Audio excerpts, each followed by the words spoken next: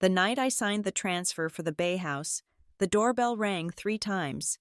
Outside was my mother, an attorney, and an emergency guardianship petition. I activated the estate-wide recording system. From now on, every promise, every threat, and every fake hug would be evidence. They did not know this house was just bait. The Christmas gift I had hidden for 3 months was a legal, word-for-word revenge plan. My name is Riley Whitaker. I am 34 years old, and until 3 months ago, I was a senior strategist at Northlight and Company. I lived in Milwaukee, in a decent apartment that overlooked the gray, predictable churn of Lake Michigan. I was good at my job. I understood the data. I saw the patterns, and I knew how to shape a narrative. It turns out, I was too good at shaping narratives.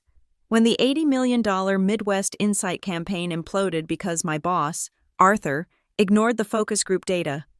He needed a story. He found one. He painted me as reckless, an analyst who went rogue. In the end, it was my narrative against his, and he had a higher title. The termination was quiet, sterile, and brutally polite. It happened in a conference room named Innovation on the 14th floor. They used words like restructuring and necessary pivots. They told me my role was being eliminated. It was a lie. My role was being filled by Arthur's nephew the following Monday. I was not laid off. I was scapegoated. I packed my desk, handed in my keycard, and walked out into the sharp Wisconsin afternoon, unemployed. My family operates on a simple, brutal currency, status. We are not a family.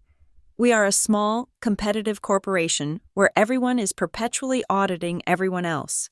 My mother, Darlene, is the CEO. Her marriage to my stepfather, Roy, was a successful merger. He brought a golf club membership and a vague portfolio of investments. My older sister, Brianna, is the star executive. She married a man whose father's name is on a hospital wing. She has 2 perfect children, a house in Whitefish Bay, and a bottomless reserve of judgment. My younger brother, Luke, is the struggling intern, forever trying to emulate Roy, forever failing, forever echoing the opinions of whoever is closest to the center of power. And then there was me, the strategist. My job at Northlight was respectable, just barely. It paid well enough. It sounded complex, but it lacked the concrete, visible markers of success my family craved. I did not have a high-earning spouse. I did not drive a German car. I was just Riley, the one who worked hard, the one who was intense. I had one ritual they found particularly pathetic. Every Friday, on my way home from work, I stopped at the Harbor Mart on the corner. It smelled like burnt coffee and pine sol. I would buy one $10 multi-state ticket for the big jackpot. It was not a strategy. It was a $10 tax on a fantasy, a quiet moment of possibility before the weekend. My family knew. They found it endlessly amusing. To them, it was the peak of my mediocrity. "Riley," Brianna would say at Sunday dinners, her voice dripping with manufactured pity, "you cannot seriously think you are going to win." "It's just a silly habit," I would reply. "It's spreading bad luck," Roy would mutter, not looking up from his steak. "Throwing good money after bad. It's a desperate look." My mother would just sigh. Darlene's sighs were weapons. A sigh from her could communicate more profound disappointment than a 30-minute lecture. That sigh said, "You are not a winner, Riley, and now you are advertising it." When I called Darlene to tell her I had been let go, the line was silent for a full 10 seconds. "Well," she finally said, her voice tight, "this is not good. This is not good at all. Riley, Roy has friends at the club. This is embarrassing." There was no, "Are you okay?" There was no, "What happened?" There was only an immediate calculation of how my failure reflected on her reputation. "I'll be fine, Mom. I just need to recalibrate." "Recalibrate?" she scoffed. "Maybe it is time you stopped this career nonsense and called Mark. He may be a boring conservative, but his family has land. He is stable." Mark, my college ex, who I broke up with because he told me my ambition was unfeminine. "Or," she continued, Roy knows a man who owns 3 dealerships. He said he always needs bright girls at the front desk, a receptionist. It would be steady. I was a 34-year-old strategist with a master's degree, and my mother's solution was for me to become a receptionist or a trophy wife. The fall was faster than I imagined. The following Sunday, I went to dinner. It was a mistake. The air in their house was thick with my failure. When I walked in, Brianna gave me a wide berth, as if I were coughing up a virus. "Oh, Riley," she said, holding her wine glass like a shield. "You came." At the table, they had seated me at the end. It was a large, mahogany beast of a table that seated 12, we were only 5. They placed me with an empty chair on my left and an empty chair on my right. It was not an accident. It was quarantine. They had literally spaced themselves away from me, as if my bad luck, my defeat, was an airborne contagion. Roy talked about his golf swing. Brianna talked about her upcoming trip to Scottsdale. Darlene talked about the charity gala she was co-chairing. Luke talked about a car he wanted. Every time I tried to speak, to perhaps discuss the market manipulation that led to my firing, Darlene would cut me off. "Riley, please, no shop talk at the table. It is depressing." I stopped trying. I ate my overcooked roast beef. I watched them. I listened to the crystal glasses clinking. I noted the way Roy dismissed Luke's opinion, the way Brianna checked her phone under the table, the way Darlene smiled at her husband while her eyes remained cold stones. I sat there, isolated by 2 empty chairs, and I did not get angry. I got quiet. I memorized every word, every gesture, every calculated insult. I filed them away. I would need them for another day. I knew, even then, that a day of reckoning would come. I just did not know how soon. It was the first week of December. The city was freezing, the sky a permanent shade of iron. I was in my small apartment, living off severance, applying for jobs I did not want. I had kept buying my tickets. The habit was ingrained. It was a Tuesday night. The drawing had been the previous Friday, but I always forgot to check. I opened my laptop, crumbs on the keyboard, and pulled up the state lottery website. I checked the numbers. My eyes blurred. I closed the laptop. I stood up. I walked to the kitchen, poured a glass of water, and drank it slowly. I sat back down. I opened the laptop. The numbers were still there. They had not changed. 1, 14, 32, 44, 61. Powerball, 7. My numbers, my $10 habit. The jackpot was $120 million. My hands went numb. I ran the calculation. After taxes, the lump sum payout would be close to $70 million. $70 million. The silence in my apartment was absolute. I did not scream. I did not cry. I just stared at the number. My first instinct, the gut reaction that had been programmed into me since birth, was to call my mother. "Mom, you will not believe this." I picked up my phone. My thumb hovered over her name. And then I saw it. The dinner table. The 2 empty chairs. The look of disgust from Brianna. The sound of Darlene's voice suggesting I become a receptionist. "You bring a bad luck feeling." My thumb moved away from her name. The warmth drained out of me, replaced by something cold, clear, and hard. The $70 million was not a blessing. It was a weapon. It was armor. It was the leverage I had spent my entire life lacking. I would not call her. I would not call anyone. This was not their victory to share. This was not their windfall. This was mine. I thought about Christmas, just 3 weeks away, the holiday I had just been uninvited from. A slow, cold smile spread across my face. I would give them a Christmas gift after all. I would give them the surprise of their lives. The next morning, I was a different person. I did not sleep. I researched. By 9 a.m., I was on a secure line with Merritt Allen, a financial advisor out of Chicago who specialized in high-value lottery winners.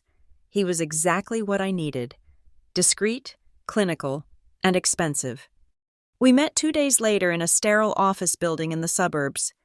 Merritt was a man in his 50s, gray hair, impeccable suit. He looked more like an undertaker than a money manager. "Before we do anything, Riley," he said, "you must understand that this money will change you, but more importantly, it will change everyone around you." "My family already changed, Merritt," I said, my voice flat. "This money just lets me catch up." He nodded slowly, seeing the steel in my eyes. "All right, then let us get to work." For the next 2 weeks, I was a ghost. I followed Merritt's instructions to the letter. We established a blind trust. We created a shell corporation, Pine Arc Holdings, to act as the official winner of the prize. I signed documents until my hand cramped. I was no longer Riley Whitaker, unemployed strategist.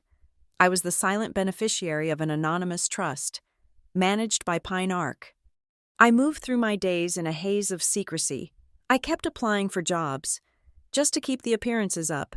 I emailed my mother bland updates about promising leads. "That is nice, dear," she replied, the disinterest palpable even through text. I was preparing my script. I was planning the announcement. I was going to invite them all to a lavish dinner, perhaps the week after Christmas, and reveal everything. I pictured their faces. I imagined their shock, their sudden, desperate pivot to kindness. Then, 1 week before Christmas, my phone rang. It was Darlene.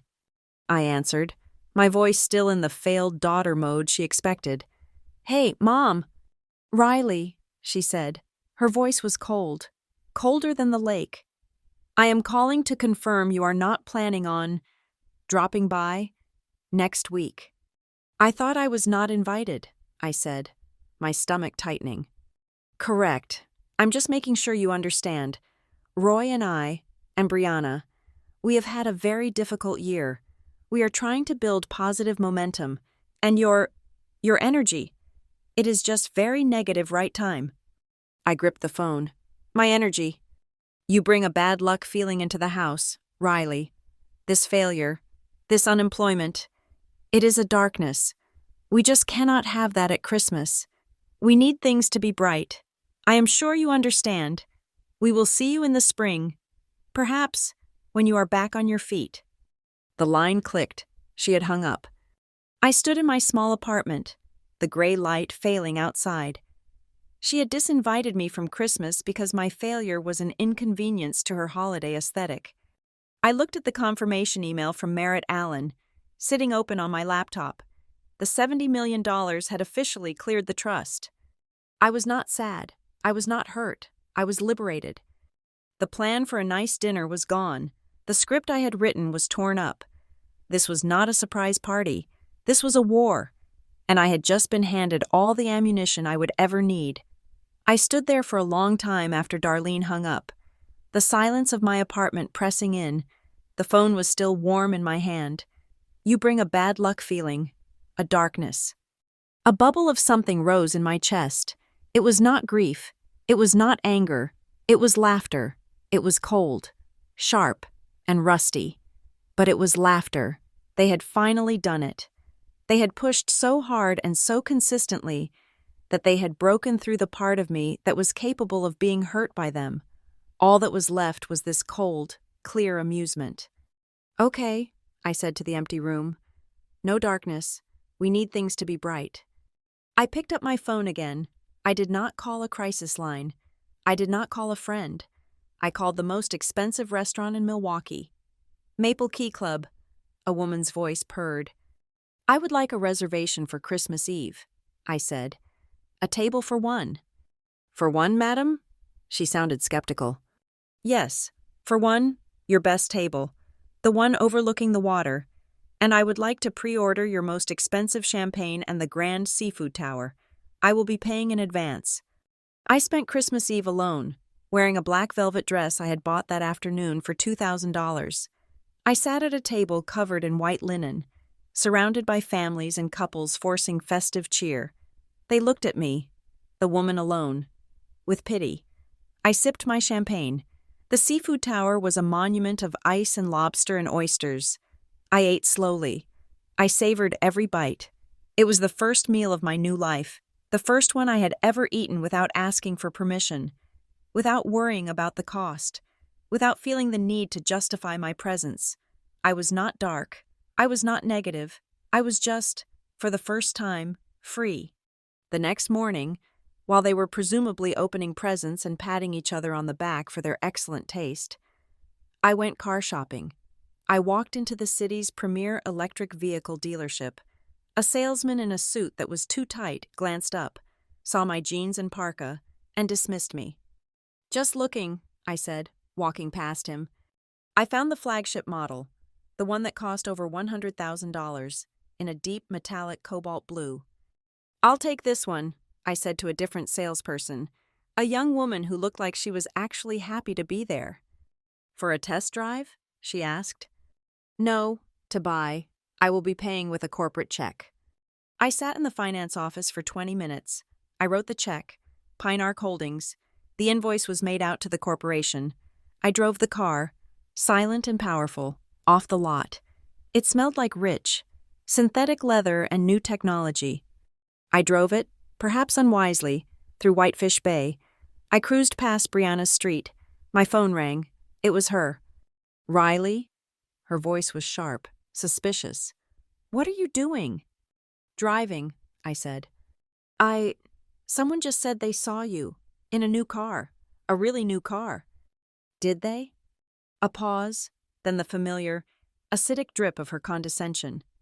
"Riley, I know you are upset about, well, everything, but burning your last bit of severance on a car you cannot afford. It is just so desperate. Are you trying to prove something?" I pulled the car over to the curb. I looked at the multi-touch display. "No," I said. "Well, it looks ridiculous. You need to be saving money. You need to be sensible." "Thank you for the advice, Brianna. I am just trying to help. Mom said you were in a dark place." I ended the call. I blocked her number. Then I blocked Darlene's, Roy's, and Luke's. I sat in the silent, expensive car and felt nothing at all. My next call was to Merritt. "I am done with Milwaukee," I said. "I want to disappear, but I want to be found, just not yet." "A tactical retreat," he said. "A strategic relocation," I replied. "I need a new base of operations." He recommended a man named Colton Reyes, a high-end real estate broker in Door County. "He specializes in clients who value absolute privacy," Merritt said, which I knew meant he sold houses to people who were either famous or hiding. I called Colton the next day. I fed him a story. I was a writer. I had received a large, unexpected inheritance. I had just gotten out of a toxic situation, my job, my family, my life, and I needed a quiet place by the water to tame, to get my head straight. Colton. It turned out he had a very different idea of a quiet retreat. He was a man who wore $800 boots and a cologne that smelled like cedar and ego. He did not show me cabins. He did not show me cottages. He drove me, in his enormous black SUV, up a long, winding gravel road to a property in Eagle Harbor. The trees parted, and there it was. It was not a house. It was a statement. It was all glass, gray stone, and sharp angles, staring out at the frozen, angry bay. It was 3 stories, 10,000 square feet, and utterly, beautifully cold. "It is a bit of a fortress," he said, smiling, "but the views are unparalleled." "How much?" I asked. $2.5 million. "I will take it." Colton's smile froze. "Just like that? You do not want to see the kitchen?" "I am sure the kitchen is fine. I want it. I will be paying cash. My trust will wire the money this afternoon." He stopped smiling and started working. The sale was closed in 48 hours, routed through my trust. The deed was not in my name. My first order of business was not furniture. It was security. I hired a local firm, June and Tide Designs. I told them I was a tech executive concerned about corporate espionage. They did not question the check. They outfitted the house. There were cameras, high definition and night vision, covering every approach, every door, every window. There was a secure bank-grade vault in the basement office, but the most important part was the internal network.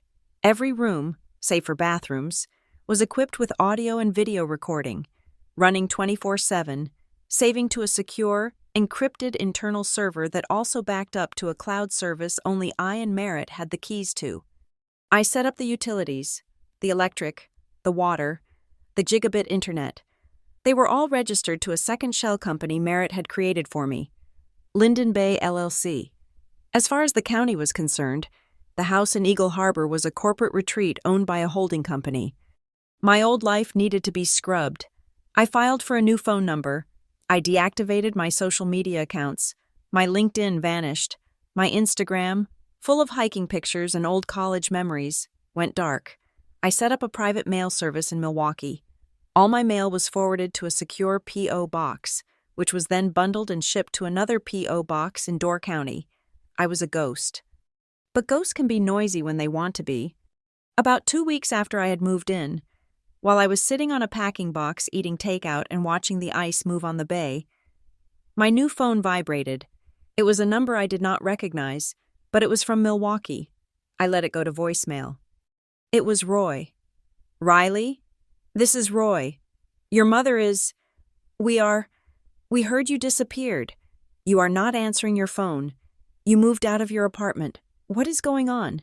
This is irresponsible. You have people worried. Call me back." Worried? That was a new one.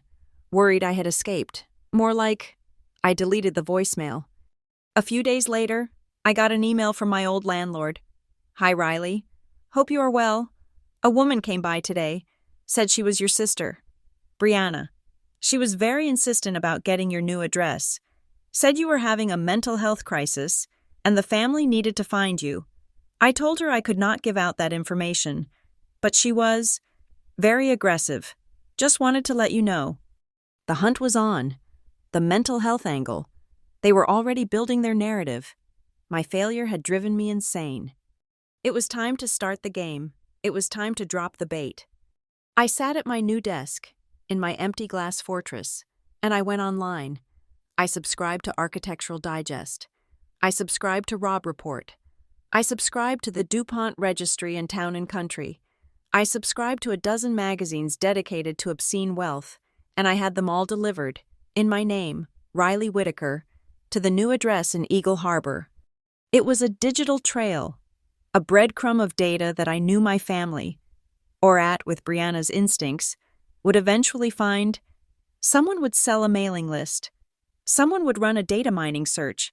The scent of money, as I thought of it, was now in the mail. It took 3 days.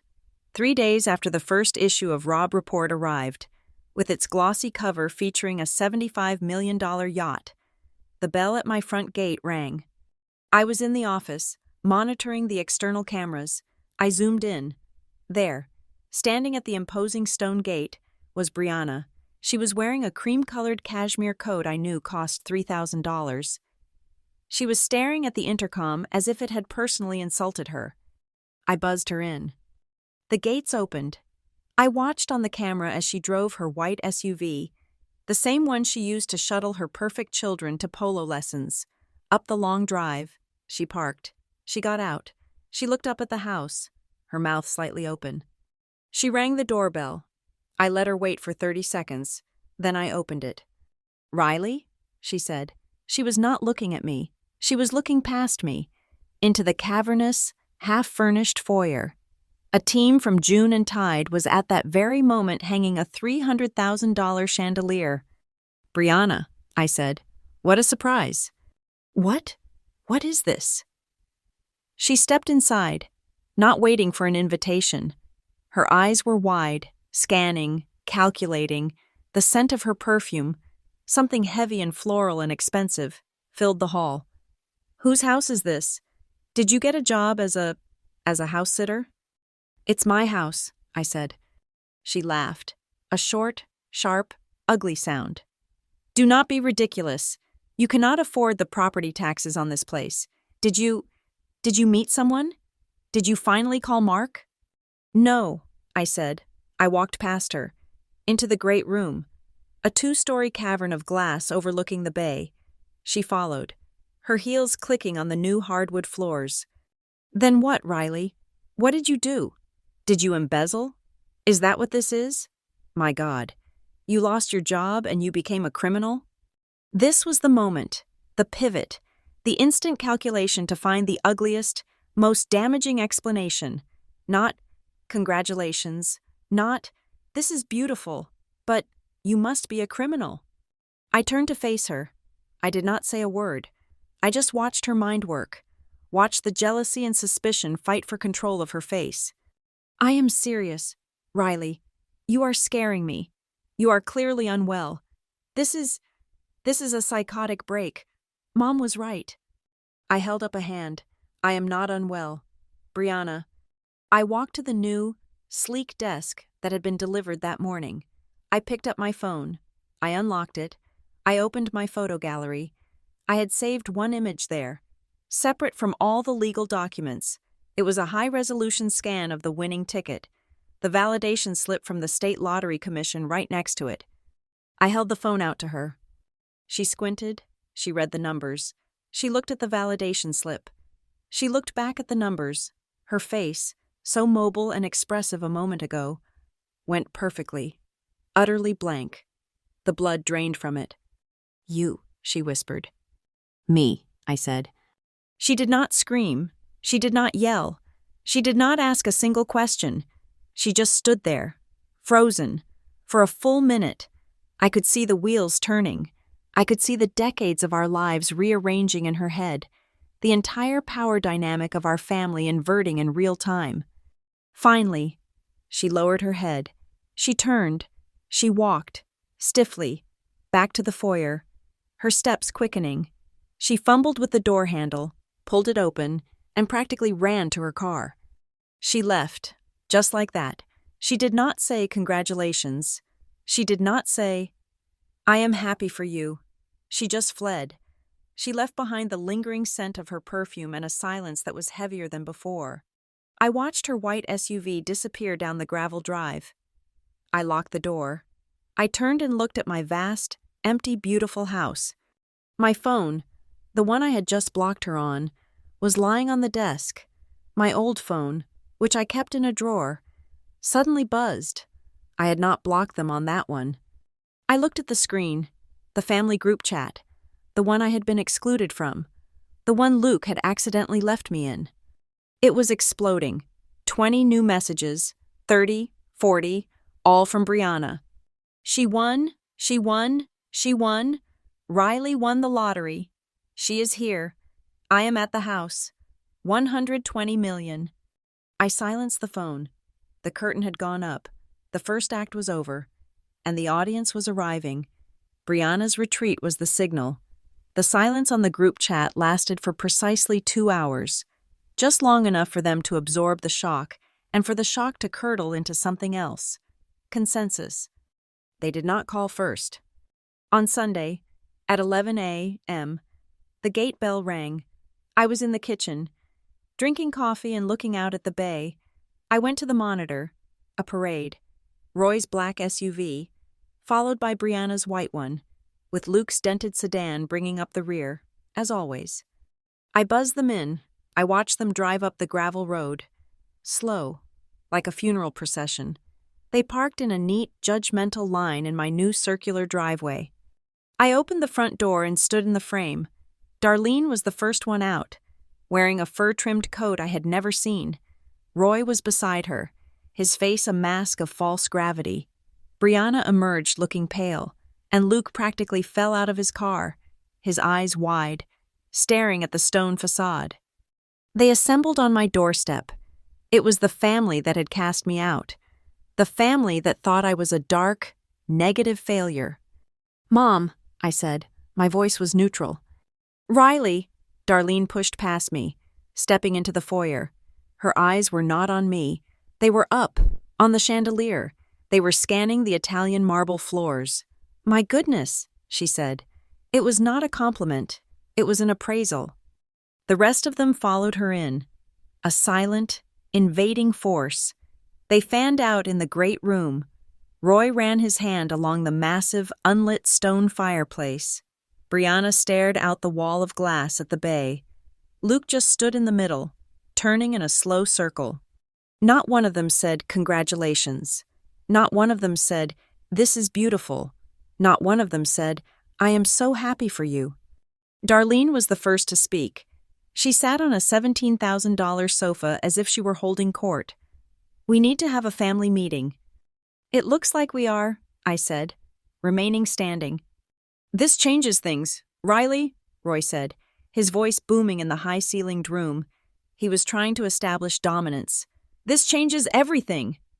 "It does not change anything, Roy. It is just money." Brianna let out a sound, a high-pitched, involuntary scoff. "Just money? Just money? Do you have any idea how irresponsible that sounds?" And then the list began. It was not a conversation. It was a series of demands, disguised as concerns. "The first thing you must do is pay off our mortgage," Darlene stated, as if discussing the weather. "Roy and we have been under so much stress with the variable rate. It is the only sensible move. It stabilizes the family." "And the children?" Brianna chimed in, turning from the window. Her eyes were sharp. "My children, their college funds. You have to set up trusts for them. Full rides, plus graduate school. It's the only way to be fair." I have some debt," Luke mumbled, staring at his shoes. "Just some student loans, and the car. It is really holding me back." "And Darlene said, placing a hand on her heart. "I have always dreamed of a small place in Florida. Not for me, you understand. For the family, a winter retreat, so we can all be together. You need to buy one." I listened. I stood there, my hands clasped in front of me, and I let them empty themselves. Mortgage, college funds, debt, a vacation home. It was a tidy summary. I let the silence hang for a moment. 4 pairs of eyes were fixed on me, gleaming with a new, terrifying hunger. "I will have to think about it," I said. The atmosphere turned to ice. "Think about it?" Roy's voice rose. "What is there to think about? This is your family." "I am tired," I said. The excuse was simple, and it was perfect. "It has been a lot. This move, I am not feeling well." "Unwell," Darlene repeated. She looked at Roy. It was a small, knowing glance. "See? I think it is best if we end this meeting for now," I said. I walked to the door. They were furious. I could feel the heat coming off them. They stood, collecting their coats, their movements stiff. They filed out. Darlene last. As she passed me, she paused. She did not know I was wearing a discreet audio recorder in my pocket. She did not know the camera in the foyer was high definition with a shotgun mic. She leaned in, her voice a low, venomous hiss. "You will do this, Riley. You will not abandon us. You owe us. You have to help. We are your family." Then she smiled, a thin reptilian smile, and walked out. I closed the door. I locked the deadbolt. I walked to the office and pulled up the footage. I replayed her words. "You have to help. We are your family." I zoomed in on the audio file, saved the clip, labeled it Threat 01, and uploaded it to the secure cloud. I let them simmer for 1 week. The old phone I kept in the drawer was a bonfire of missed calls and frantic, typo-filled texts. "We need to talk. This is urgent. You are being childish. Mom is worried sick." I ignored them all. Then, on the following Saturday, I sent one simple message to the family group chat. "After much consideration, I am planning to donate the vast majority of my winnings to charity. I feel it is the best way to make a real difference." The response did not take 30 seconds. My new phone, the one only Merritt had the number to, was set to forward one number.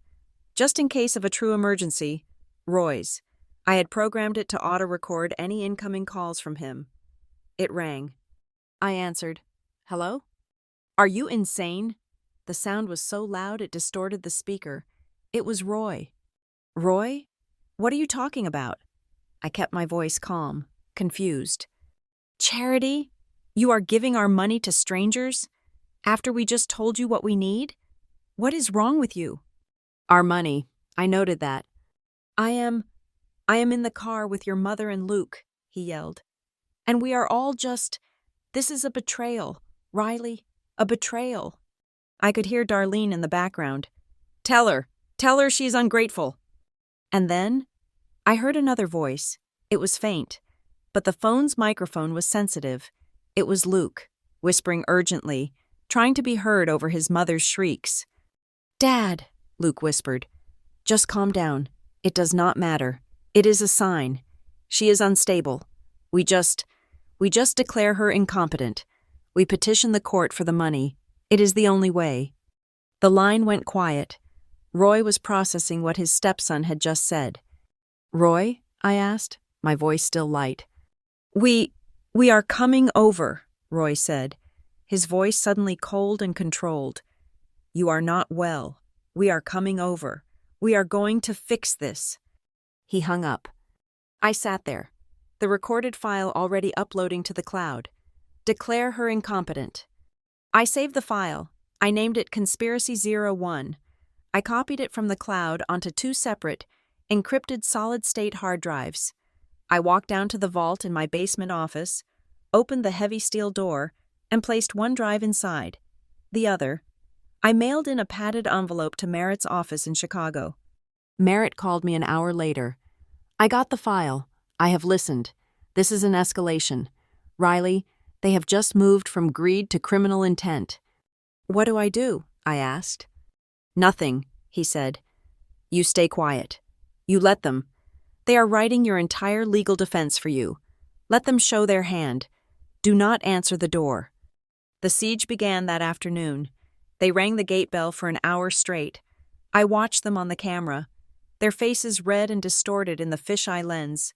They took turns. Darlene was first, her face pressed to the intercom, tears streaming. Riley, baby, let me in. I am worried. You are not yourself. We love you. Please, just open the gate. We just want to talk. Then Brianna. Riley, this is pathetic. You are acting like a child. Open this gate. Or I swear to God, I will call the police and tell them you are a danger to yourself.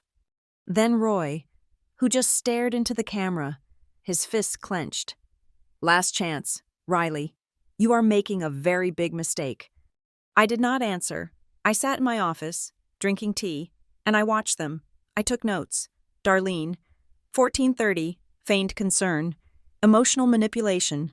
Brianna, 1440, threats, infantilization. Roy, 1450, intimidation. They gave up after 3 hours, but they were back the next day, and the day after. They brought props. Darlene brought my old baby blanket, holding it up to the camera. Brianna brought a photo album from college. Luke just sat in his car, looking miserable. They brought flowers.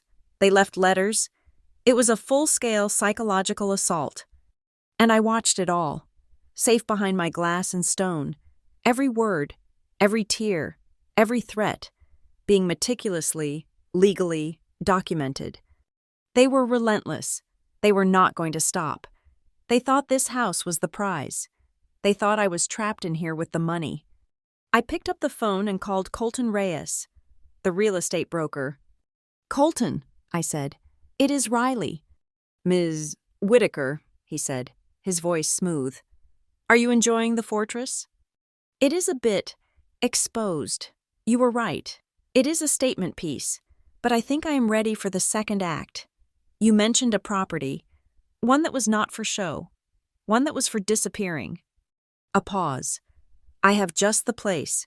It is not on the market. It is not even in Wisconsin. Traverse City, Michigan, sits on a bluff, surrounded by a state forest, private water access. It is invisible. Buy it, I said. I want a third trust, something quiet. Gray Strand Trust. It will be done, he said.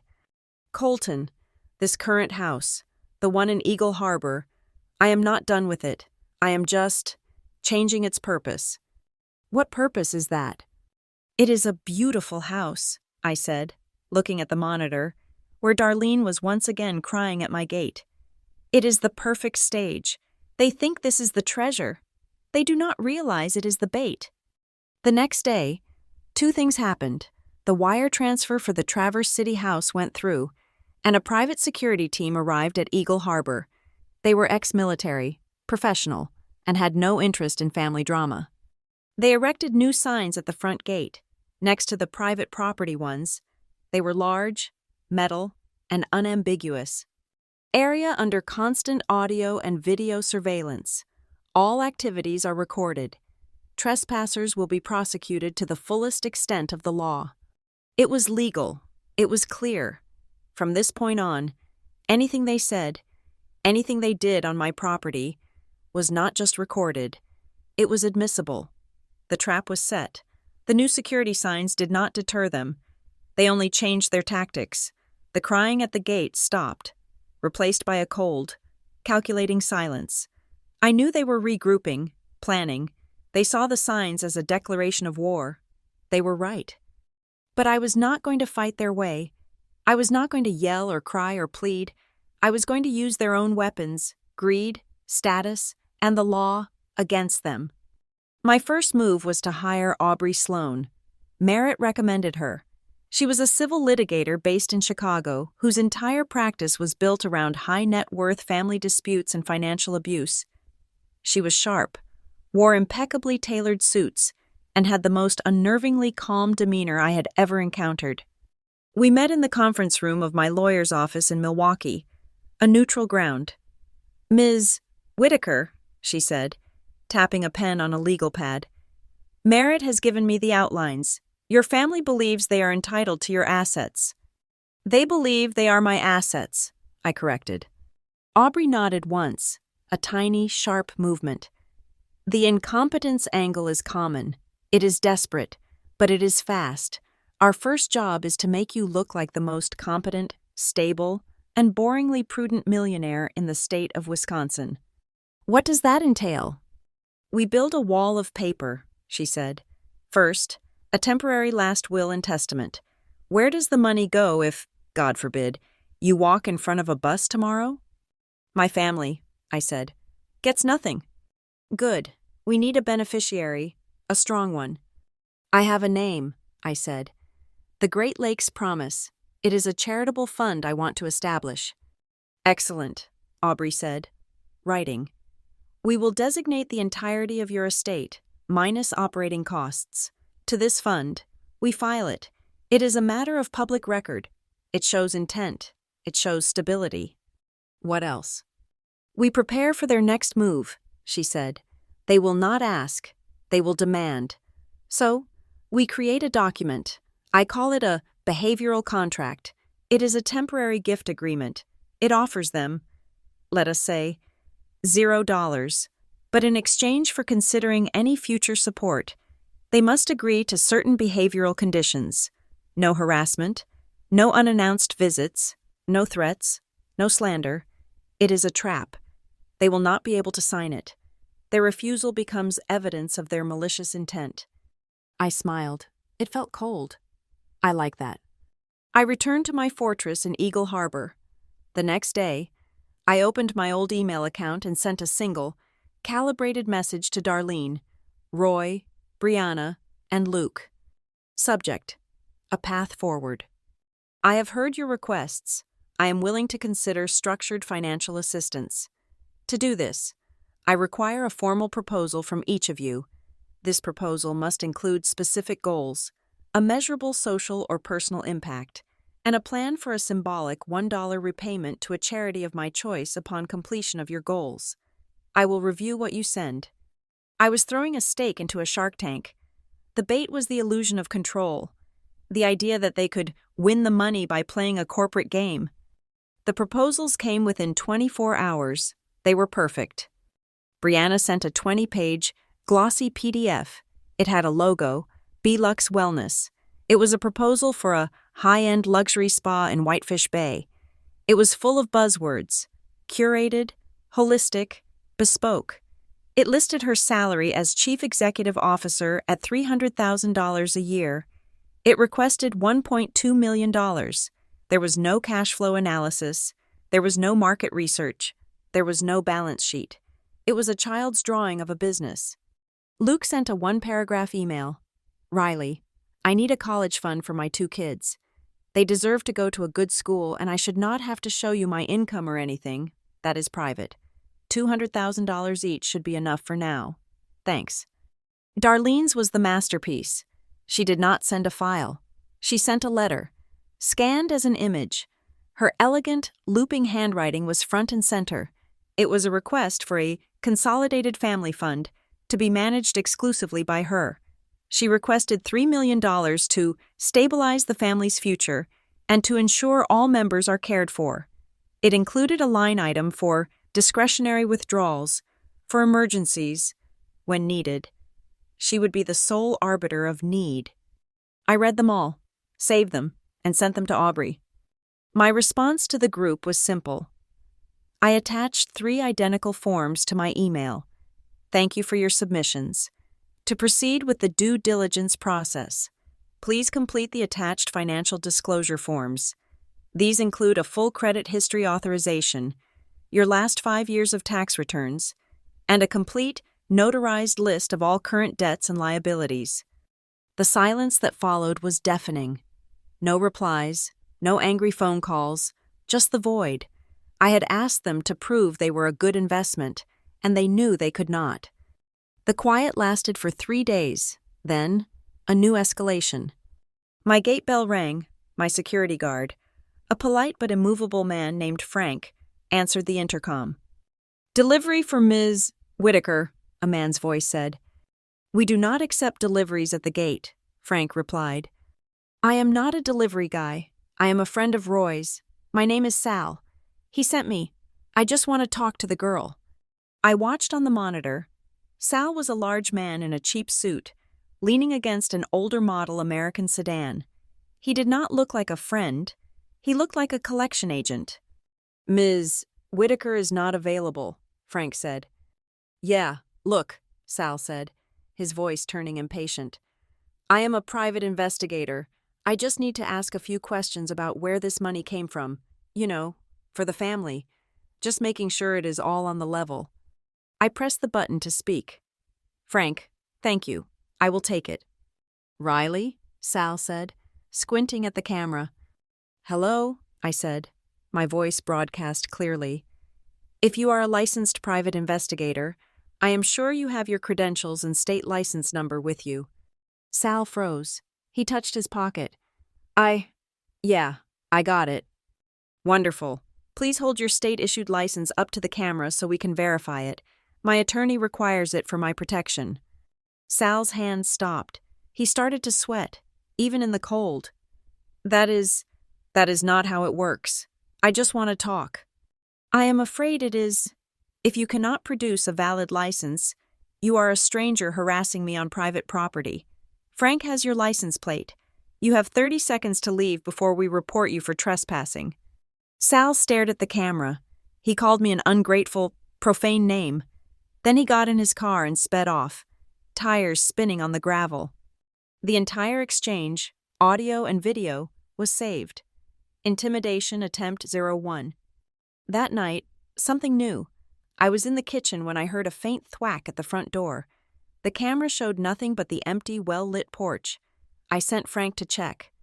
Under the door, pushed halfway into the foyer, was a plain white envelope. No stamp, no address. Frank, wearing gloves, brought it to me. Inside was a single piece of paper, a printout from a legal website.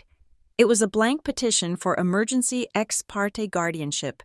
Someone had scrawled a single line at the bottom in red ink. "We will get what is ours." I scanned it. I sent it to Aubrey. I sent it to Merritt. This was the incompetence threat made tangible. Merritt called me instantly. "This is good. Riley, it is a direct, written threat. They are sloppy. They are angry. Now, we move." "What do we do?"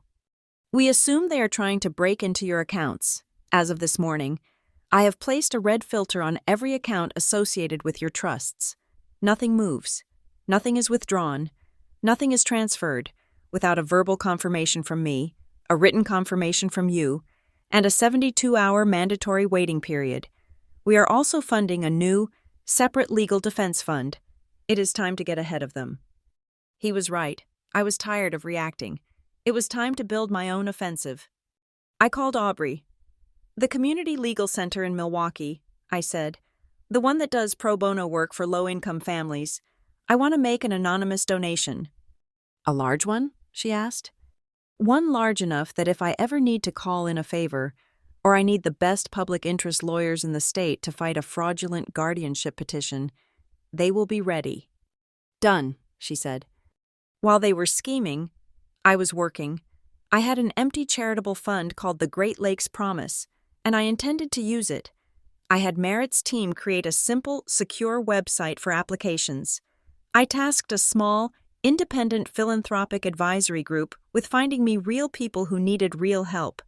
Not greedy relatives, but people on the verge of eviction, families who could not afford medical care, students who were the first in their families to go to college. The files started coming in. They were heartbreaking. They were real. I sat at my desk, surrounded by glass and stone, reading stories of people whose lives could be changed with $5,000, not $5 million. I began approving grants. The money, my money, started to flow, silently, into the community. The work was a necessary antidote to the poison my family was pumping into my life. And then, I saw her name. The application was for a small business grant. A woman named Sarah Jenkins. She was a single mother, a baker, who was being sued by her former business partner. The partner had run the business into the ground, stiffed all their vendors, and fled the state, leaving Sarah to hold the bag. The name of the partner was familiar. The name of the failed business was familiar. It was Boutique, a small, high-end fashion store that had crashed and burned 5 years earlier. My sister's store. Brianna.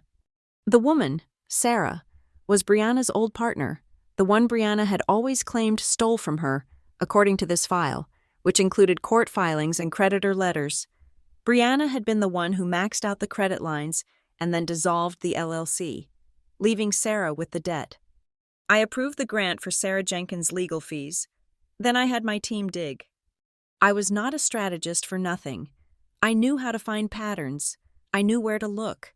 While my family was busy trying to prove I was crazy, I was quietly, legally, and meticulously proving they were criminals.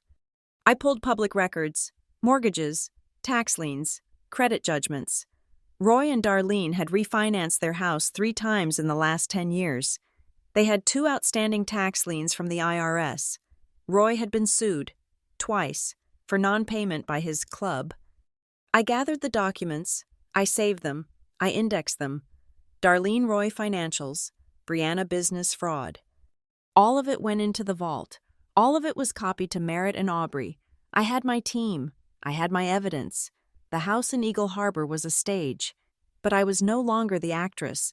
I was the director. And I was ready for the next act. My life had become a fortress, both literally and figuratively. The siege for my family was constant. A low-grade, humming pressure. They had stopped the daily assaults on the gate. But I knew they were planning. My silence, my financial disclosures, and my refusal to engage had only confirmed their worst fears. I was in control. In the midst of this Cold War, a connection from my old life flickered. It was an email from a name I had not seen in years. Jenny Whitaker, my aunt, my father's sister. She lived in Burlington, Vermont, a quiet woman who smelled of tea leaves and old books. She was the antithesis of Darlene, a person who listened more than she spoke, who had been quietly shuffled out of our lives after my father died because she did not fit with Roy's crowd. Her email was short. "My dearest Riley, it has been too long. I have been hearing some unsettling things from your mother's side of the family. I do not believe a word of it, but I am worried about you. Are you all right, child? With love, Aunt Jenny." I had not realized how starved I was for a single, uncomplicated drop of kindness. I called her immediately. "Jenny?" "Oh, Riley." Her voice was a balm. "Thank goodness. I was so worried. Your mother has been, well, Darlene has been Darlene." "What has she been saying?" "Jenny?" I asked, sitting down, the receiver suddenly heavy. She has been calling all the distant cousins. She is painting a picture. Riley, that you have come into some money, but that you have had a breakdown, that you are unwell, that you are being influenced by strangers. And this is the part that made me call you. She is telling everyone that you owe the family, that you have a moral, if not legal, obligation to help them because of everything they did for you. Everything they did for me, I repeated, my voice flat.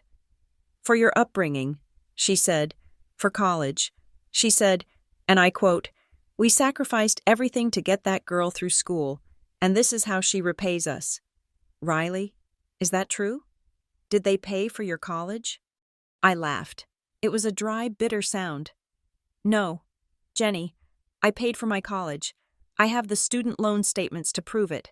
I am still paying on some of them, or I paid them off the day after I claimed the prize.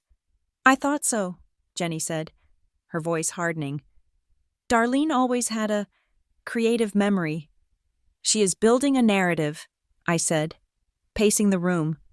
She is poisoning the well, making me the ungrateful one. Of course she is, Jenny said. That is her specialty. Listen, child. I was going through some of my brother's old things, your father's. I found an old photo album I put together for you when you graduated high school, and another from your college days. I want you to have them. I'm going to overnight them to your old P&O box. Can you still get mail there? Yes, I said, my throat tight. Thank you, Jenny. There is something in that second album, she said, her voice hesitant. A piece of paper. I found it tucked in the back. It is probably nothing, but at the time, I thought it was odd. Just look at it. You are a smart girl. Riley, you will know if it means anything. Stay safe. And remember, your father was the smart one. You have his blood. Do not let them bully you. We hung up. The package arrived 2 days later. Forwarded from my secure mail service, I sat in the vast, empty great room, the sun reflecting off the ice, and opened the box. The first album was full of my father. Pictures of us hiking, of him teaching me to ride a bike, his kind eyes, his easy smile. It was a painful, necessary reminder of what a real family felt like. I opened the second album, college, me with bad hair and a hopeful smile.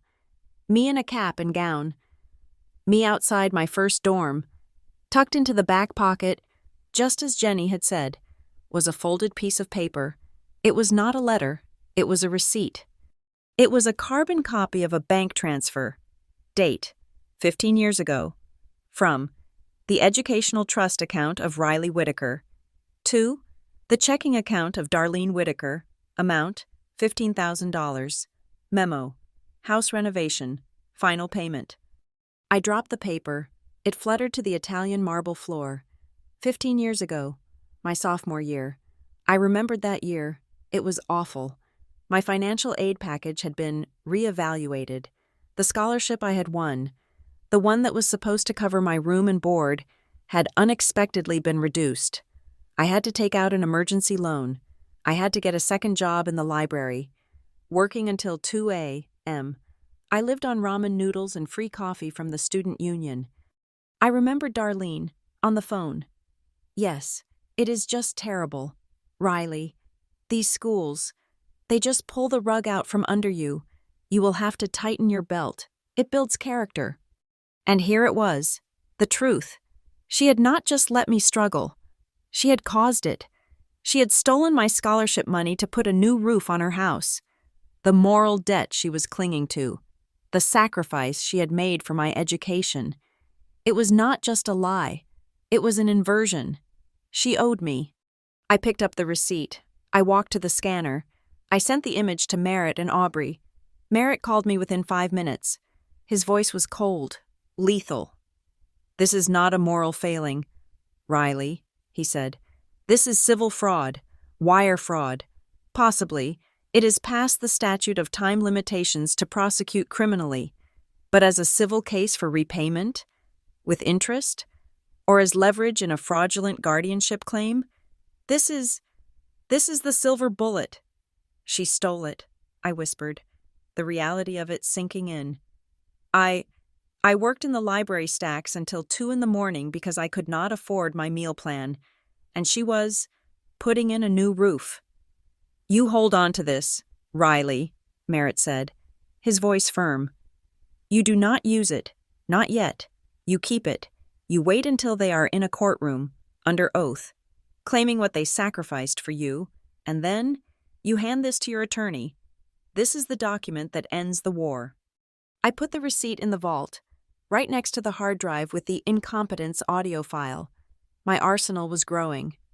Just as the rage from that discovery was solidifying into a cold resolve, my inbox pinged, a new email from Luke. It was not in the family chat. It was a direct, private email. Subject: a real proposal. Riley. Look, I know the last one was not good. I was not thinking. I am sorry, but I had a real idea.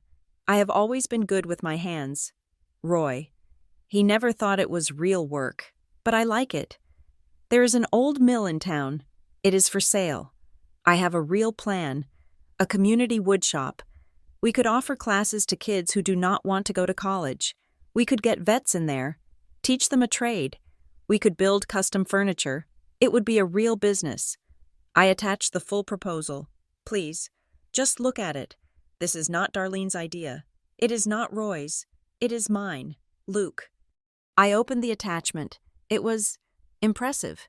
It was 30 pages long. It had cash flow projections. It had a mission statement. It had market research on the artisan craft movement.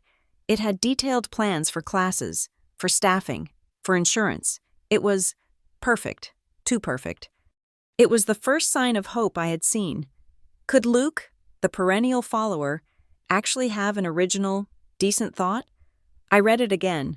The tone was professional, articulate. The spark of hope died. It was too articulate. This was not Luke's voice. Luke's emails were full of typos and run-on sentences. I forwarded the proposal to Aubrey. Check this. Run it against a plagiarism database. She replied in an hour. Riley. The entire document, with the exception of the Dear Riley intro, is a word-for-word copy of a grant proposal for a nonprofit in Duluth, Minnesota, the Northwoods Community Guild. They were funded 3 years ago. He did not even bother to change the city names in the appendix. Nice try. File it under Fraud Attempt 02. So much for hope. He had not just plagiarized. He had done it badly, lazily. He was still the same Luke, just with a better search engine. The final fronts were opening. Brianna, having failed to intimidate me, moved to social media. She did not use my name. She was too smart for that. She began to post vague, mournful updates on her public-facing Instagram. Just a reminder to be grateful for your family, praying for a loved one who is lost. Right now, money truly cannot buy happiness, and it can destroy souls. Then, a week later, so hard to see someone you love turn their back on the people who raised them. A reminder that gratitude is the highest virtue. It was a classic smear campaign, painting herself as the victim, the long-suffering sister. The comments were a predictable flood of sympathy. You are so strong. Praying for you? I cannot imagine. I watched it all. My new social media monitoring software alerting me to every post. I took screenshots. I saved them. Slander Campaign 01. I remained silent. Then came the grand finale of their dysfunctional orchestra. An email from Darlene. Subject: Come home. My dearest Riley, this has all gone on long enough. All this fighting, this money. It has poisoned you. But I do not blame you. I blame the money. I am your mother. I can see the pain you are in. I can see you are lashing out. I forgive you. I forgive you for the harsh words, for the secrecy, for this fortress you have built. I just want my daughter back. Please, just come home. We will be at the house. We will not talk about money. We will just be a family. I will make your favorite dinner. Just come home. I love you. It was a masterpiece of gaslighting. I had poisoned myself. She was forgiving me. She was inviting me to come home to a house I had never lived in. It was so absurd, so transparently manipulative, that I almost admired it. Then my phone buzzed. A secure message from Jenny, Riley. Darlene just sent me a copy of the beautiful email she sent you. She is very proud of it. She thinks it will fix you. But, Riley, the version she sent me? By accident? It has the attachment on it. She did not just send you that letter. She also attached a file. It is a full, durable power of attorney. She was trying to get you to click it. My blood ran cold. I went back to the email. I checked the raw source code. There it was, an attached file. Family forms, PDF, masked as a simple text email. The I forgive you was a Trojan horse.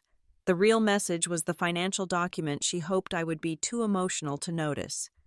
I saved the entire file, the email, the source code, the metadata, showing it came from Darlene's IP address in Whitefish Bay, POA Trick 01. I looked around the vast, beautiful, sterile house. It was full of expensive furniture, cutting-edge art, and state-of-the-art security. But none of it was mine. It was all a set. The house in Traverse City was ready. The invisible house on the bluff. That night, I packed a single bag. My real belongings. The picture of my father. The albums Jenny sent. The hard drive from the vault. I called my security team. I am leaving for a few days, I said.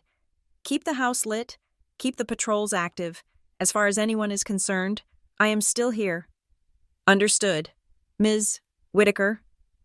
I drove my new quiet car out of the back service gate. I drove east, into Michigan, toward the real sanctuary. The house in Eagle Harbor was beautiful. It had served its purpose. It had drawn them out, exposed their greed, and captured their threats. Now, it would serve its final purpose. It was no longer a home. It was a stage for the final act. It was the trap.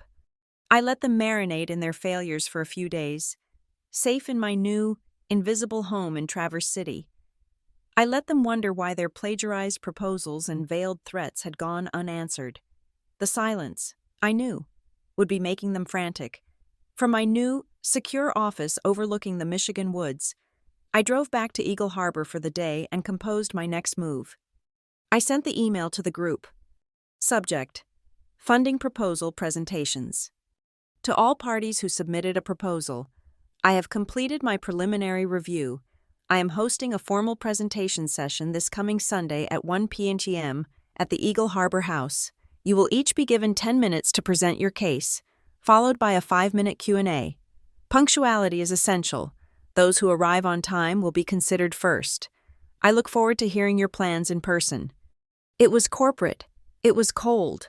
It was, to them, an irresistible signal that the money was on the table. On Sunday morning, I drove back to the trap house. It was no longer a home. It was a set. Aubrey Sloan, my lawyer, was already there, looking sharp and severe. With her were 2 other people I had hired, a professional videographer with 2 broadcast-quality cameras, and a court stenographer with her equipment. "Is this strictly necessary?" Aubrey asked, adjusting her jacket. "It is," I said. "They are performers. They need a stage, and I want every single lie, every threat, and every ridiculous demand recorded, transcribed, and legally witnessed." We set the scene in the great room. The cameras were positioned for a wide shot and a tight shot. The stenographer set up at a discreet table. I sat at the head of the massive, empty dining table. Aubrey sat to my right. At precisely 1 p.m., the gate bell rang, all 4 of them. They filed in, dressed in their Sunday best, their faces a mixture of greed and nervousness. "What is all this?" Darlene said, her eyes narrowing at the cameras. "Legal formalities," I said, my voice pleasant. "Since we are discussing significant financial matters, my advisors insisted we have a clear and accurate record of the proceedings. It protects everyone." "Advisors?" Roy grunted. "This is Aubrey Sloan, from my legal team," I said. Aubrey nodded, her face impassive. "And this is a stenographer, to ensure all minutes are accurate. Before we begin, you will all need to sign this." I slid 4 identical forms down the table. It is a standard appearance release and consent to be recorded, just acknowledging that you are aware you are being filmed and transcribed. They bristled. This is a family meeting, Riley, not a deposition, Brianna snapped.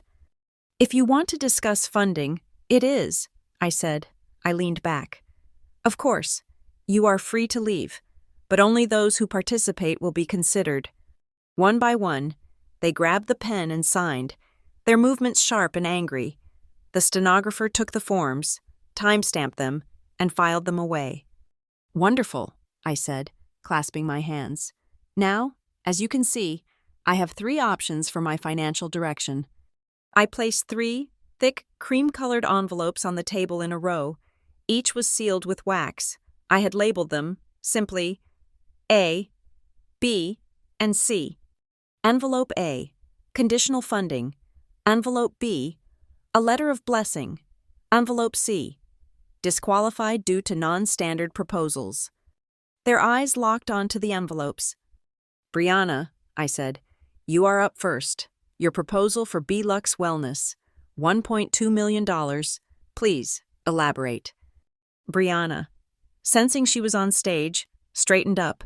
She launched into a breathless, buzzword-filled speech about curated experiences and empowering wellness and the Whitefish Bay woman.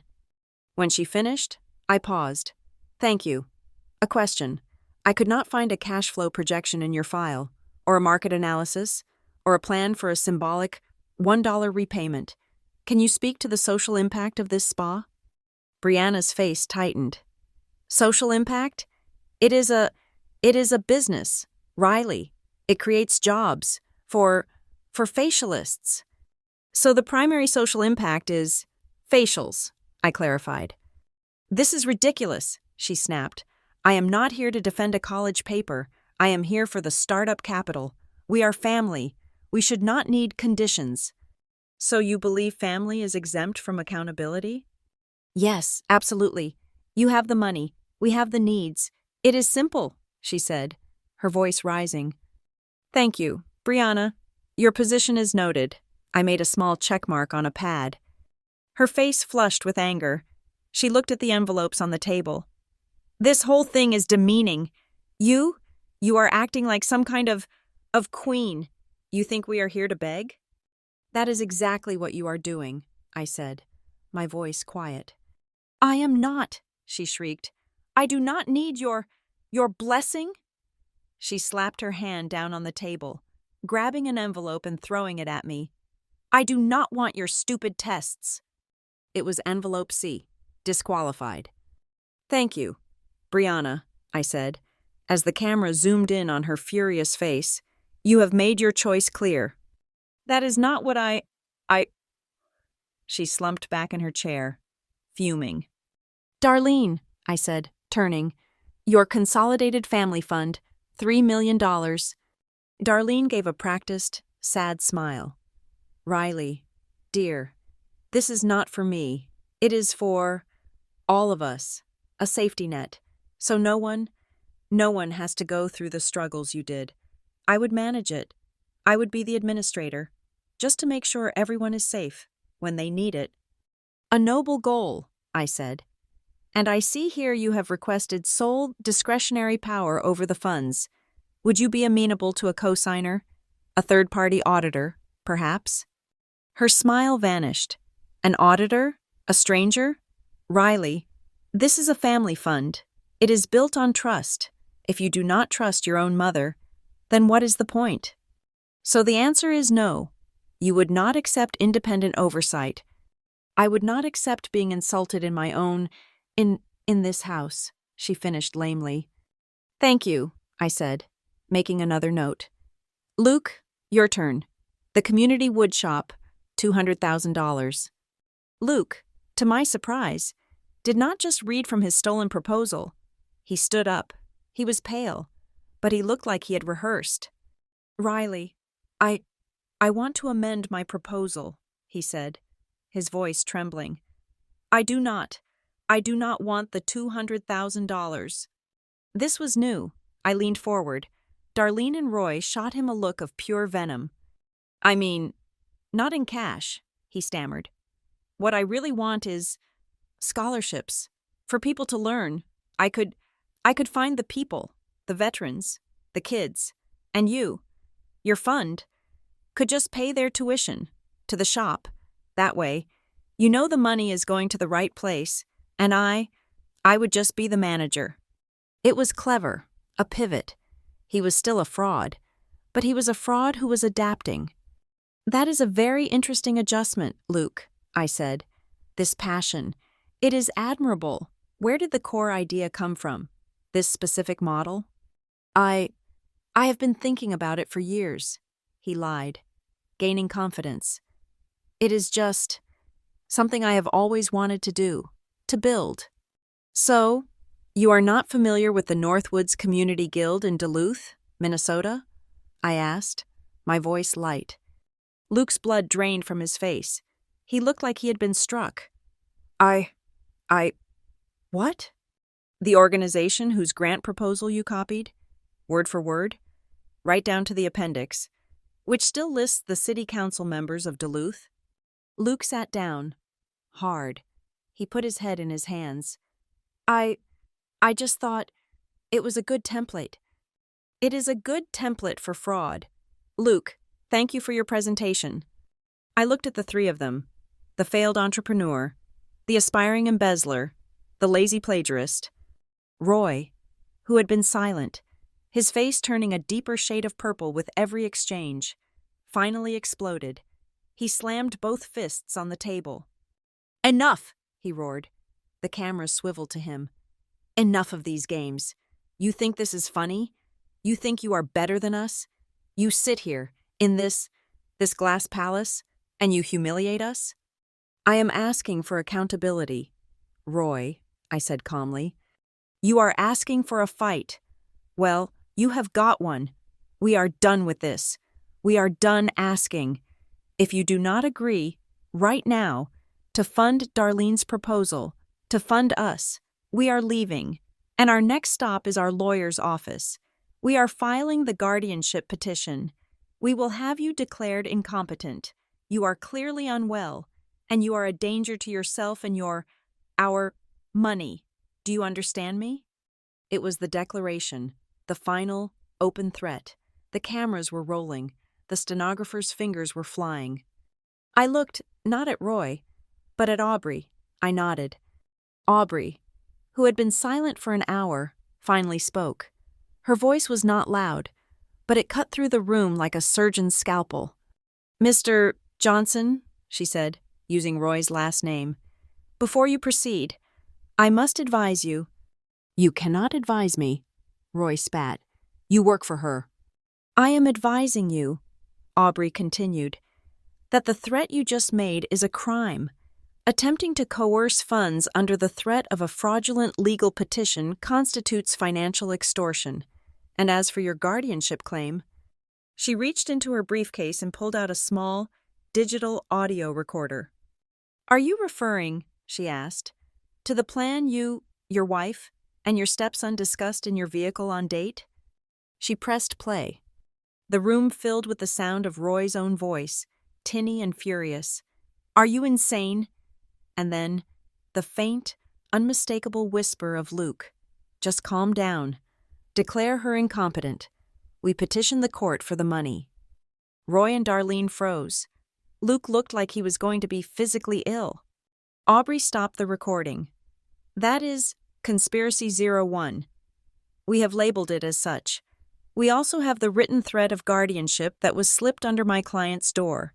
We have the recording of you, Mr. Johnson, hiring an unlicensed PI to intimidate her, every one of you, with the exception of perhaps Mr. Whitaker here, has committed an actionable offense." The silence was absolute. No one moved.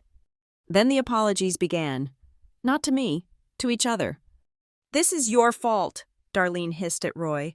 "I told you to be diplomatic." "My fault?" Roy bellowed. "It was your idea, and your idiot son." I just..."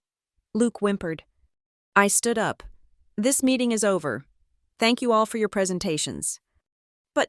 The envelopes, Darlene whispered, her eyes still on the table. Riley, we made a mistake.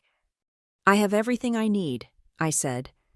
My team and I will be appraising your proposals. You will hear from us. I walked out of the room. Aubrey followed me, along with the crew. Lock the door on your way out, I said to my security guard. I left them there, in the glass room, to fight amongst themselves. I was in my car, halfway back to Michigan, when my phone lit up with an alert. It was 9 p.m., a priority notification from the Eagle Harbor security system. I pulled up the feed. It was the front gate.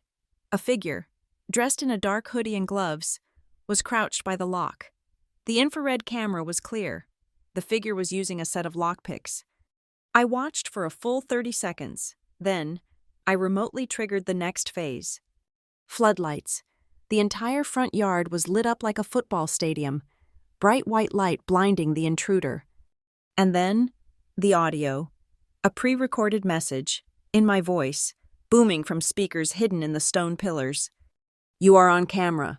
This area is under full surveillance. You are actively trespassing. Your actions are being recorded. Law enforcement has been dispatched. The figure panicked. They dropped the tools and ran. Sprinting back down the drive, they jumped into a car parked in the shadows. Roy's black SUV. The license plate was perfectly visible as it sped away. I sat in my car on the side of a dark highway. I saved the clip. I emailed it to the local police department in Eagle Harbor, with a copy to Aubrey. To the desk sergeant, I dictated into my phone's email app. Please find attached a video of an attempted breaking and entering at my property. Address. Timestamp tonight. The license plate is clearly visible. I wish to file a formal complaint and press charges. I hit send. The pieces were no longer just moving. They were colliding. The funding proposal presentation was not an endpoint. It was a catalyst. I had exposed their hands, recorded their threats, and backed them into a corner. I expected them to lash out. I did not have to wait long. 2 days after Roy's attempted break-in, Aubrey called me. It is here, she said, her voice crisp. Darlene Johnson has officially filed an emergency petition for guardianship in Door County. On what grounds? I asked, sitting at my desk in Traverse City. The classics, Aubrey said, her voice dry. She alleges you are psychologically unstable, suffering from a severe mental break, and incapable of managing your own affairs. She claims you are a danger to yourself. And her proof? This is the best part, Aubrey said. She has attached exhibits. Exhibit A is a photo of you, dining alone at the Maple Key Club on Christmas Eve, which she presents as evidence of profound isolation and depression. Exhibit B is the bill of sale for your car, which she claims is reckless spending. And Exhibit C is the sales record for the Eagle Harbor house, submitted as definitive proof that you are manic and dissipating assets at an alarming rate. She is painting a picture of a mentally ill woman on a $70 million spending spree. I had to laugh. The house that cost $2.5 million? Out of $70 million? That is the spree? Precisely, Aubrey said. She has requested an ex parte hearing, which means she wanted a judge to grant it immediately without you being present. The judge, thankfully, is not an idiot. He denied the emergency order but has set a public hearing. When? Next Friday. Good, I said. It is time. File our response. Aubrey's response was a work of art. It was not a defense. It was a counteroffensive. We filed it with the court clerk within 3 hours. In her rebuttal, Aubrey did not just deny Darlene's claims. She systematically dismantled them. She presented the full, verified financial workup from Merritt's team. Item 1. The establishment of the blind trusts before any major purchases, proving forethought and professional management. Item 2. A complete list of assets versus expenditures. As Aubrey wrote, petitioner alleges reckless spending in the purchase of a $2.5 million property. This represents less than 4% of Miss Whitaker's liquid assets. The total documented expenditures to date, including the property, the vehicle, and household furnishings amount to less than 1% of her net worth. This is not profligacy, Your Honor. It is prudent, fully funded diversification. Item 3. She addressed the profound isolation of my Christmas Eve dinner. Ms. Whitaker, having been cruelly disinvited from her family's Christmas gathering, chose to have a quiet, solitary dinner. The petitioner, Ms. Johnson, was the source of this isolation, not a concerned observer of it. Then came our own exhibits. In response to the petitioner's claims of concern for her daughter's well-being, Aubrey wrote, "We submit the following, Exhibit A, a full, transcribed, and audio-verified recording of the petitioner and her husband, Roy Johnson, conspiring to declare Ms. Whitaker incompetent and petition the court for the money as a method of financial gain. We believe this speaks directly to their motive." Exhibit B, a copy of an email sent by the petitioner to Ms. Whitaker, wherein she offers forgiveness while masking a hidden attached file, a durable power of attorney, which she attempted to procure through emotional manipulation and technical deceit. Aubrey's conclusion was brutal. This is not a petition born of concern. It is a calculated, malicious, and fraudulent attempt to seize control of an adult woman's assets through the abuse of the court system. We ask for immediate dismissal and for sanctions against the petitioner and her counsel for this frivolous action. The filing was public. The war was no longer in the shadows. It was on the docket. The day our response was filed, my old phone vibrated. A text from a number I did not recognize, but I knew who it was. It was Luke. "Riley, I am so sorry. I swear. Mom made me sign the petition. She said if I did not, I would be disowned and she would make sure I never got a penny from you. She and Roy they are crazy. I just want this to be over. I do not want any of the money. I swear. I just want peace." I stared at the text. It was the same old Luke, weak, terrified, and trying to play both sides. He was not apologizing for his actions. He was apologizing for getting caught. I texted him back, "If you are truly sorry and you want peace, there is one way to get it. Go to a notary, write a sworn, signed affidavit detailing exactly what you just told me. That you were coerced. That Darlene's petition is a lie. That this was a plan to get the money. Sign it, have it notarized, and send it to my lawyer. Do that, and you will have your peace." He did not text back. The hesitation was his answer. He was too afraid of Darlene to do the right thing. He was not an ally. He was just a coward. Brianna's move was, predictably, public. She could not fight in court with facts. So she fought in the media with slander. A small, local online paper, the Door County Chronicle, suddenly ran a front-page exposé. Local heiress in mental health crisis? Family fights to save her. It was a masterpiece of innuendo, quoting a source close to the family. It painted me as a troubled, reclusive woman, spiraling out of control after a sudden windfall. It rehashed all of Darlene's claims, the isolation, the wild spending. It was, of course, accompanied by the one bad college photo of me they always used. Aubrey's team was on it immediately. They did not send a cease and desist. They sent a subpoena to the newspaper's advertising department. Within an hour, they had the answer. The article was not journalism. It was a paid content placement advertisement. The invoice was from a PR firm in Milwaukee. The PR firm's client? Brianna. Aubrey filed the invoice with the court as a supplement to our response. Exhibit C. Proof of an active, paid smear campaign by the petitioner's family to bias the public and this court. The judge was, by all accounts, not amused. The hearing was confirmed.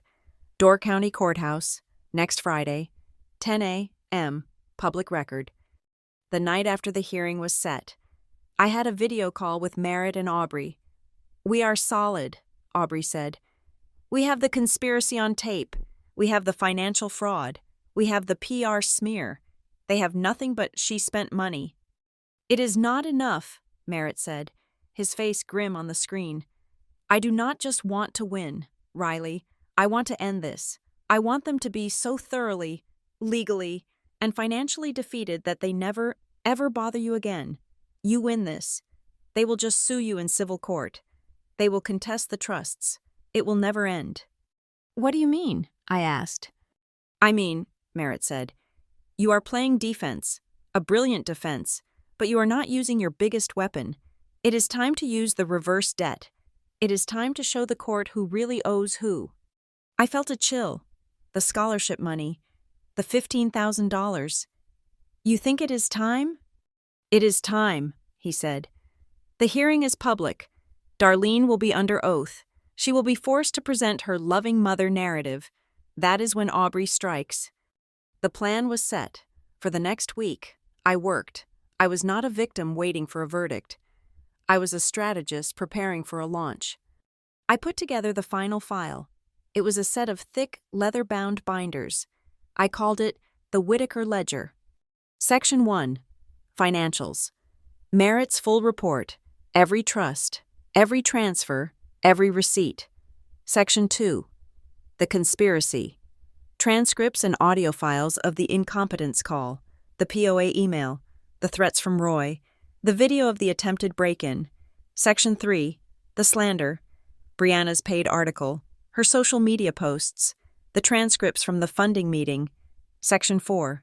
The history, the photo of the empty chairs at the dinner table, and in its own sealed plastic sleeve, the 15-year-old carbon copy of the bank transfer, Darlene Whitaker, house renovation. While my legal team prepped, I moved on the other fronts. I was not just going to prove I was sane, I was going to prove I was more than sane. I authorized the first public announcement from the Great Lakes Promise. We released a statement to the Associated Press, not the Door County Chronicle. The fund announced it was issuing 25 emergency grants to families in Wisconsin and Michigan who were facing immediate eviction. Real money for real people. The contrast, I hoped, would be obvious. Then, I countersigned the agreement with the Real Northwoods Community Guild in Duluth, Minnesota. I fully funded their next 3 years of operations. I did it in the name of honest trade and craftsmanship. We put out a small press release. It was a subtle, public fact-check of Luke's plagiarized proposal. The night before the hearing, I was in Traverse City. The Eagle Harbor house was dark, save for the landscape lights I left on. A skeleton security crew was on watch. At 3 a.m., my phone buzzed. A security alert from Eagle Harbor. I pulled up the feed. It was not a break-in. It was a dark sedan, parked across the road, half hidden by the trees. The camera zoomed. It was the same model and color as Roy's. It just sat there, watching. An intimidation tactic. My security guard, Frank, walked out to the end of the drive. The car's lights flashed on, and it sped away, but not before the gate camera got a perfect shot of the license plate. Roy's. I saved the clip. Jury tampering, attempt 01. I did not sleep. I watched the sun come up over the Michigan woods. I showered, dressed in a simple, severe, dark gray suit, and pulled my hair back. I put the binders, the Whitaker Ledger, into a heavy leather briefcase. I drove the 2 hours to the ferry, crossed the water, and drove to the Door County Courthouse. It was a small, historic building, not a glass fortress. As I walked up the steps, I saw them, Darlene, Roy, Brianna, and their lawyer. They were huddled, looking angry. Brianna saw me first, her face contorted with hate.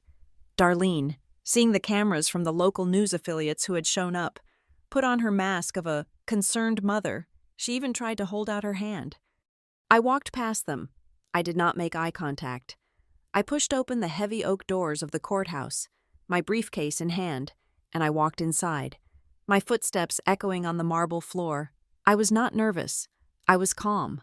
I was, for the first time in my life, completely and totally prepared. The courtroom was small, paneled in dark, old wood that smelled of polish and time. It was exactly the kind of place that valued appearances, and my family, on the surface, looked good. Darlene was dabbing at a dry eye with a lace handkerchief. Roy looked like a stone-faced patriarch. Brianna looked like a concerned, elegant daughter. They were a portrait of familial concern. I was the cold, gray woman in the suit, sitting alone with my lawyer. Their attorney, a local man with a bad suit and an overly confident smile, stood up. He addressed the judge, a woman with sharp eyes and gray hair pulled into a severe bun. "Your Honor," the lawyer began, his voice dripping with false sympathy, "we are here for a simple, if painful, reason. My client, Darlene Johnson, loves her daughter. She is here today not as an adversary, but as a mother, desperate to protect her child." He gestured to me. "Ms. Riley Whitaker, by a stroke of extraordinary, almost unbelievable luck, has come into a fortune so large it would destabilize anyone. $120 million.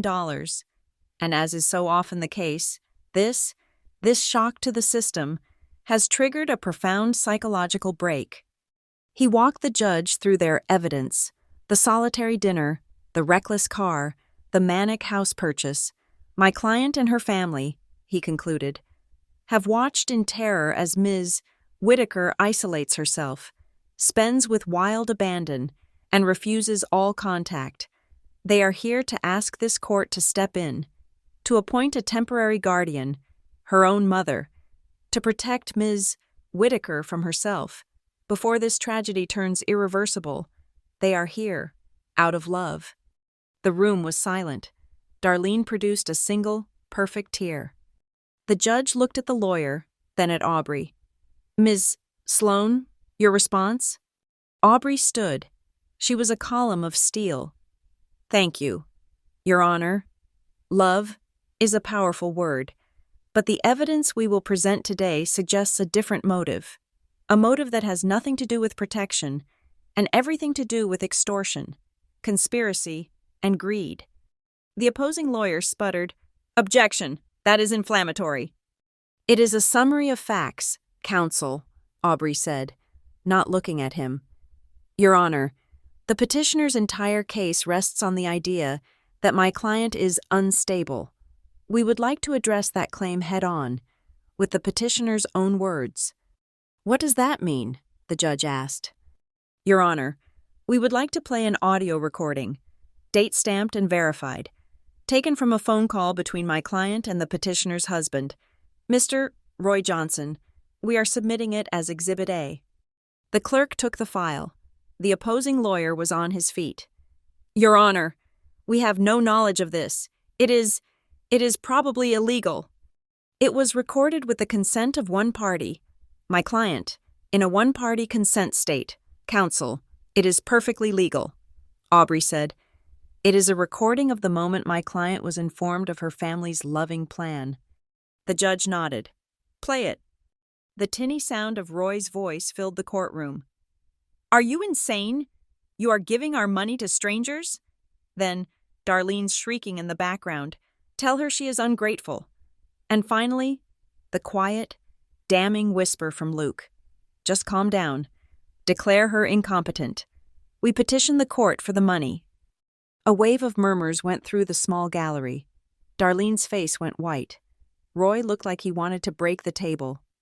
"Order," the judge snapped. She stared at the opposing counsel. "Do you have an explanation for that, counsel?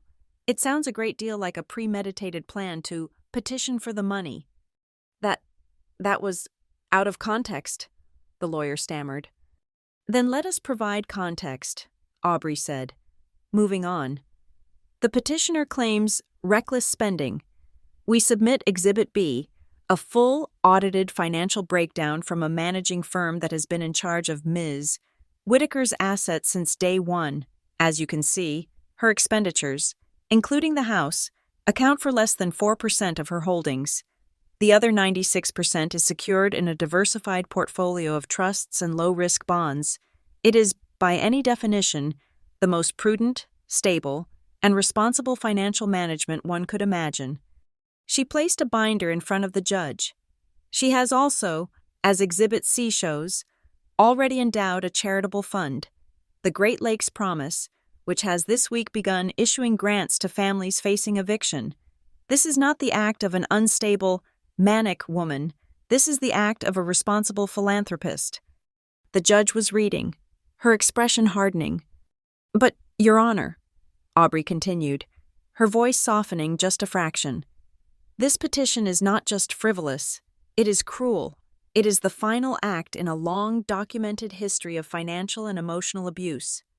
"Objection!" the lawyer shouted. "This is a character assassination." "It is motive, Your Honor," Aubrey said. "The petitioner, Darlene Johnson, has spent years cultivating a narrative that my client owes her, that she is an ungrateful daughter who was given everything. Darlene is on the record, with extended family, claiming she sacrificed everything to send my client to college." She turned, for the first time, to face Darlene. "Ms. Johnson, you are under oath. Is that not correct? That you believe your daughter owes you for her education?" Darlene, seeing her loving mother narrative back in play, sat up straighter. I did what any mother would do. I sacrificed. We sacrificed. We made sure she had every opportunity." "You paid for her college, Ms. Johnson?" Aubrey asked. We contributed.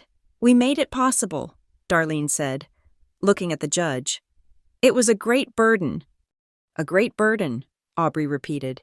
"Your Honor, we submit Exhibit D?" She placed a file on the overhead projector. It was a picture. It was the picture of the dinner table. My seat, at the end, with 2 empty chairs on either side. "This," Aubrey said, "is a photo from the last family dinner my client attended, just after she lost her job. This is the loving family who quarantined her, as if her failure was a disease. This is the family who then disinvited her from Christmas because she had, quote, a bad luck feeling." Darlene was turning red. "And as for the great sacrifice of her education," Aubrey said, her voice dropping, "the burden that Darlene Johnson shouldered, we submit Exhibit E." She replaced the photo, on the screen, for the entire court to see, was the 15-year-old carbon copy of the bank transfer from the educational trust account of Riley Whitaker to the checking account of Darlene Whitaker. Amount, $15,000. Memo, house renovation, final payment. Dead silence. The opposing lawyer was staring at it, his mouth open. Darlene just stared. "Ms. Johnson," Aubrey said, her voice like ice, "can you identify this document?" I do not. I do not know what that is," Darlene stammered. "It is a transfer from your daughter's scholarship fund directly to your checking account. A transfer that occurred the exact week your daughter was forced to take out an emergency loan and a second job because, as you told her, her financial aid had unexpectedly been reduced. Can you explain that, Ms. Johnson?" "It was a loan," Darlene burst out, her voice suddenly shrill. "It was a temporary loan. I paid her back." "Did you?" Aubrey asked. "Because we have your bank records from that entire year. Ms. Johnson, we also have Ms. Whitaker's. There is no record of a repayment. There is only a record of a girl working in a library until 2 a.m. to pay for food, while her mother used her scholarship money to build a new kitchen. Is that the debt my client is here to repay?" Darlene fell apart. It was not a pretty cry. It was a dry, gasping, ugly sound. She was exposed, completely, under the fluorescent lights of a county courthouse. "She is a monster," she shrieked, pointing at me. A horrible, ungrateful—" "That is enough," the judge commanded. "Mrs. Johnson, control yourself." And then, just as the judge was about to speak, Luke stood up. He was shaking. He was white as a sheet. Your Honor, can I say something?" "Luke, sit down," Roy hissed, grabbing his arm. "No!" Luke shook him off. He stood, his cheap suit rumpled, tears streaming down his face. It is all true. It is all true. The recording, the plan. It was Darlene and Roy. They told me, they made me sign the petition." He looked at me, his eyes full of a desperate, pathetic plea. I I am sorry. Riley, the proposal, I, I stole it. I stole it from a website. I, I just, I just wanted them to stop yelling at me. I withdraw. I withdraw my name from this. I am done. He turned and, in a half run, half stumble, he fled the courtroom. The door slammed shut behind him. The courtroom was silent for a full 10 seconds. The judge looked at the opposing counsel, who was staring at the empty doorway. "Counsel," she said, "you have lost a petitioner, and I suspect your entire case." She turned her gaze on me. It was not unkind. "Ms. Whitaker," she said, "your attorney has presented a very compelling case. It seems to me you are the victim of a rather predatory and frankly pathetic conspiracy. You would be well within your rights to countersue for damages, for abuse of process, for defamation, and for the 15-year-old matter of the scholarship fund.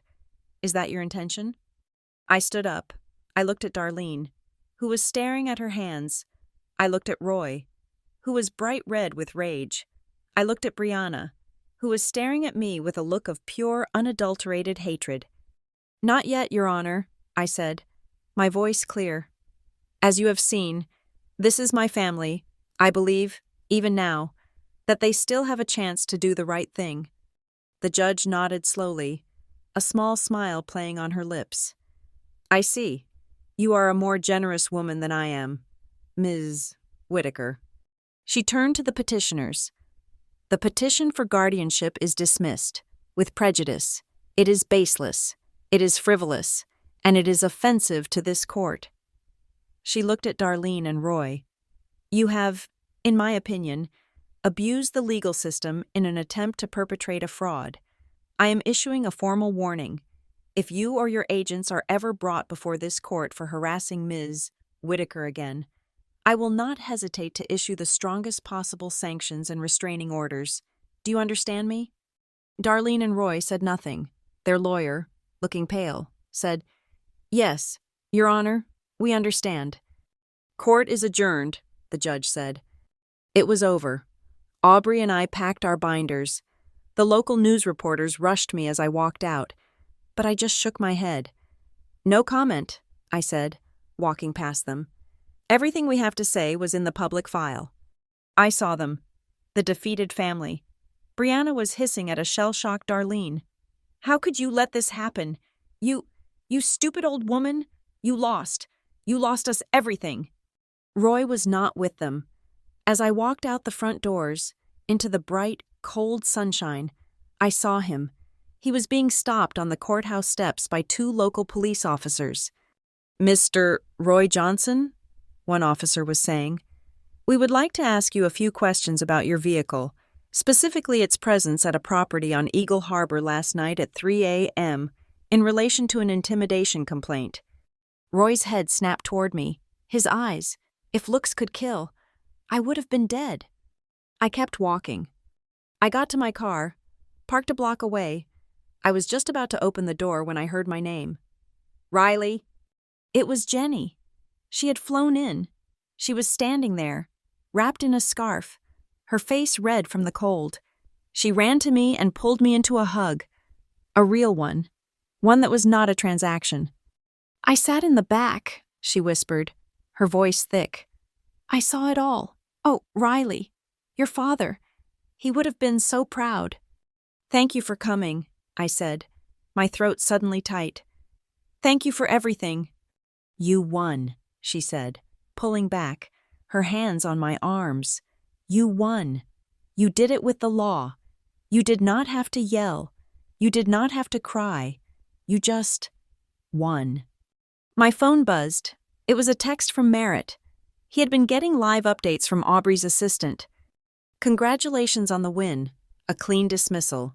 Do not celebrate too soon. They are down, not out. They lost in your world, the world of law and facts. They will retreat to theirs. The world of slander and emotional warfare.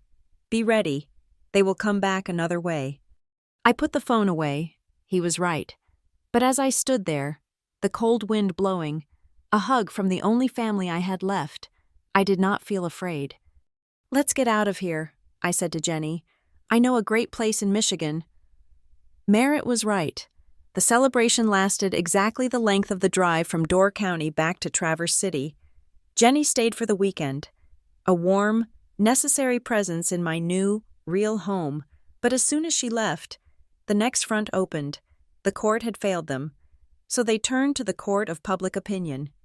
A week after the dismissal, Darlene went public, not with a paid, subtle article like Brianna, but with a raw, hysterical public post on her Facebook page, which her friends dutifully screenshotted and spread. This is the hardest post I have ever had to write. It began, "My heart is broken.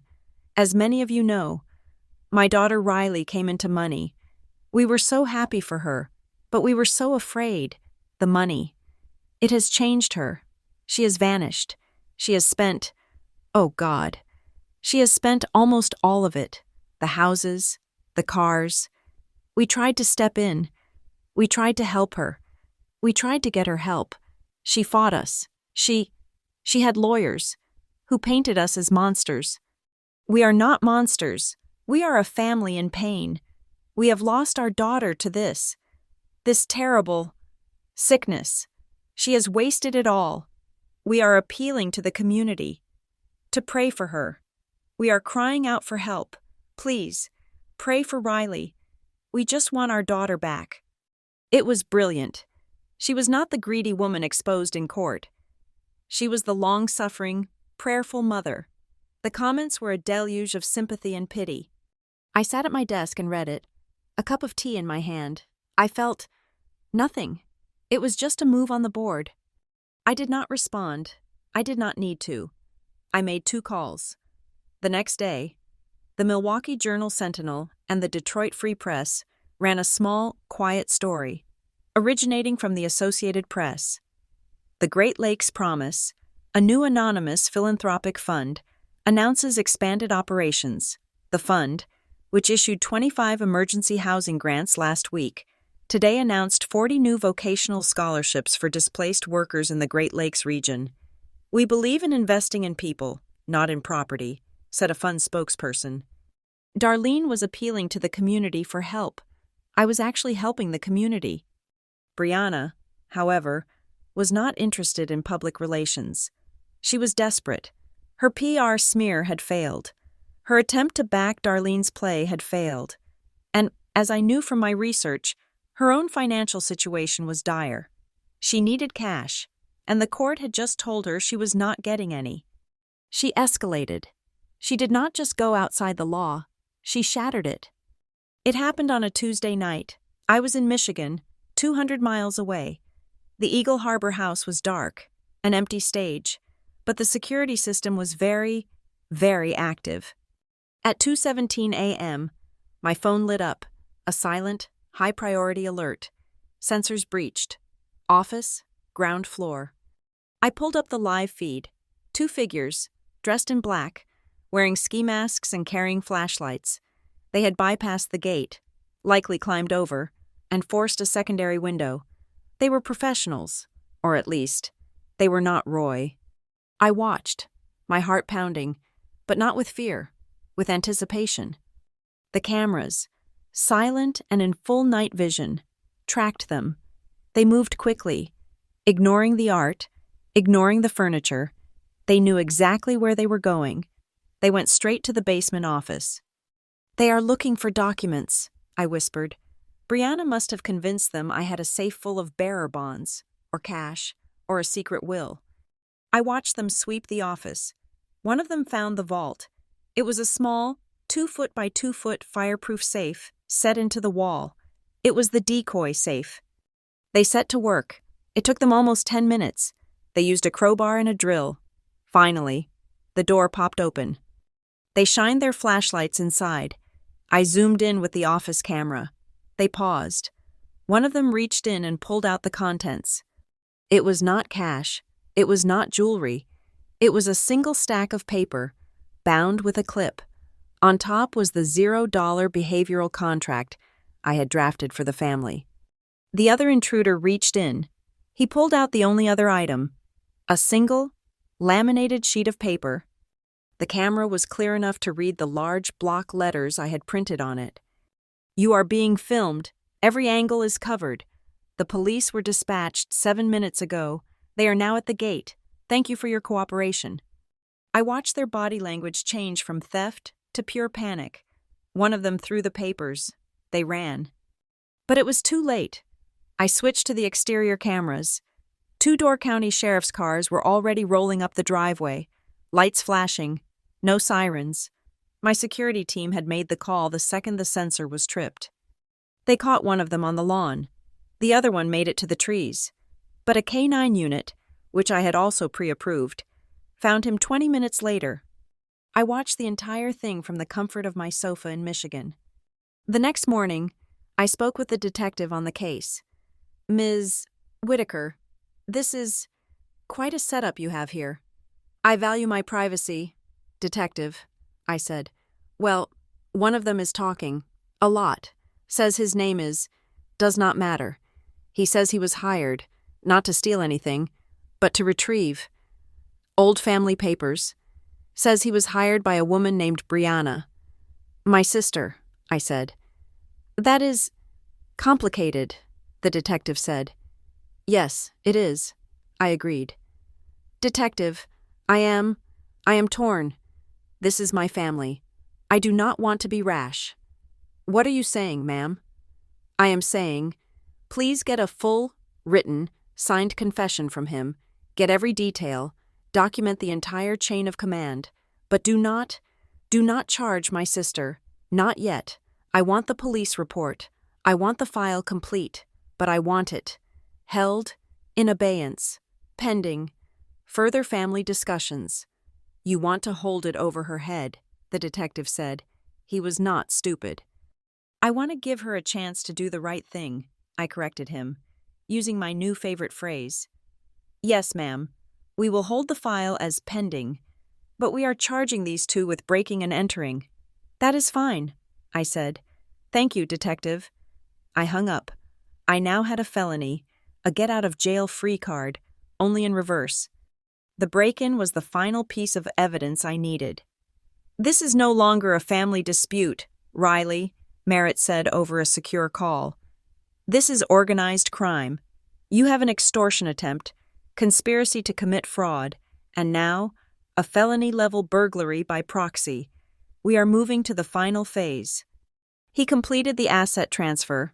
The bulk of the $70 million was moved from the revocable Pine Arc Trust into a new, complex, bulletproof, irrevocable trust. It was based offshore, managed by a team of international lawyers, and was so locked down that even I could not break it. My name was not on it. I was merely its sole, anonymous beneficiary.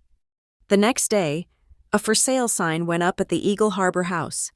Colton Reyes listed it. It was priced to sell. The house had served its purpose.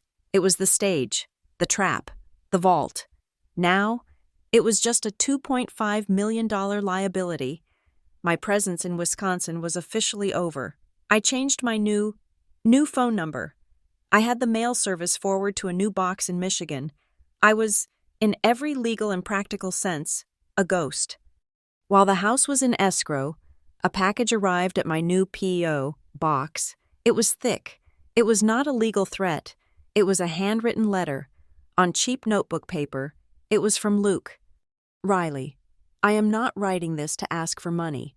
I am not writing to ask for forgiveness, because I do not deserve it. I am writing this because I was in that courtroom, and I saw what Mom did, the scholarship money. I never knew that. I never knew. I have been a coward my whole life. I did whatever Darlene and Roy told me to do. I did it because I was scared. I did it because I thought they were strong, but they are not strong. They are just mean. What you did. Standing up to them. I have never seen anyone do that. My life is a mess. I have nothing. I stole that proposal. I lied. I signed that petition. I am ashamed. I do not know how to fix any of it. I saw the article about your fund, the Great Lakes Promise. I saw you are helping people. I cannot be helped. I know that. But maybe I could help you? I do not want money. I will sweep floors. I will load boxes. I want to do one true thing. I am not smart like you or Brianna, but I am strong. I can lift things. Please, let me just help. If not, I understand. Luke. It was the first honest, real, human communication I had received from my family in my entire adult life. He was not manipulating. He was broken. I had my team vet him. He was, indeed, at rock bottom. Darlene and Roy had kicked him out after his courtroom confession. He was living on a friend's sofa. I wrote him back, a typed letter. Luke, redemption is not a word. It is an action, and it is not free, if you are serious. Here are my terms. They are non-negotiable. 1. You will enroll in a mandatory business ethics course at the local community college. My fund will pay the tuition. You must pass. 2. You will complete 200 hours of community service, unpaid, at the Milwaukee Central Food Pantry, one of my fund's partners. You will report to the shift manager. They will not know who you are. You will be just another volunteer. 3. You will not, under any circumstances, contact Darlene, Roy, or Brianna. You will not discuss me or my fund with anyone. You will speak only to your shift manager and your professor. If you complete the course and the hours, to my satisfaction, you may contact me again. If you fail, or if you quit, you will never hear from me again. 2 days later, the pantry manager called me. That new volunteer you sent? Luke? He is a hard worker, quiet, first one in, last one out. He cried a little when we showed him the baby formula station, but he is a good kid, just seems lost. Good, I said. Keep him busy. The other pieces were falling into place. Darlene, now truly desperate, tried to find a new lawyer.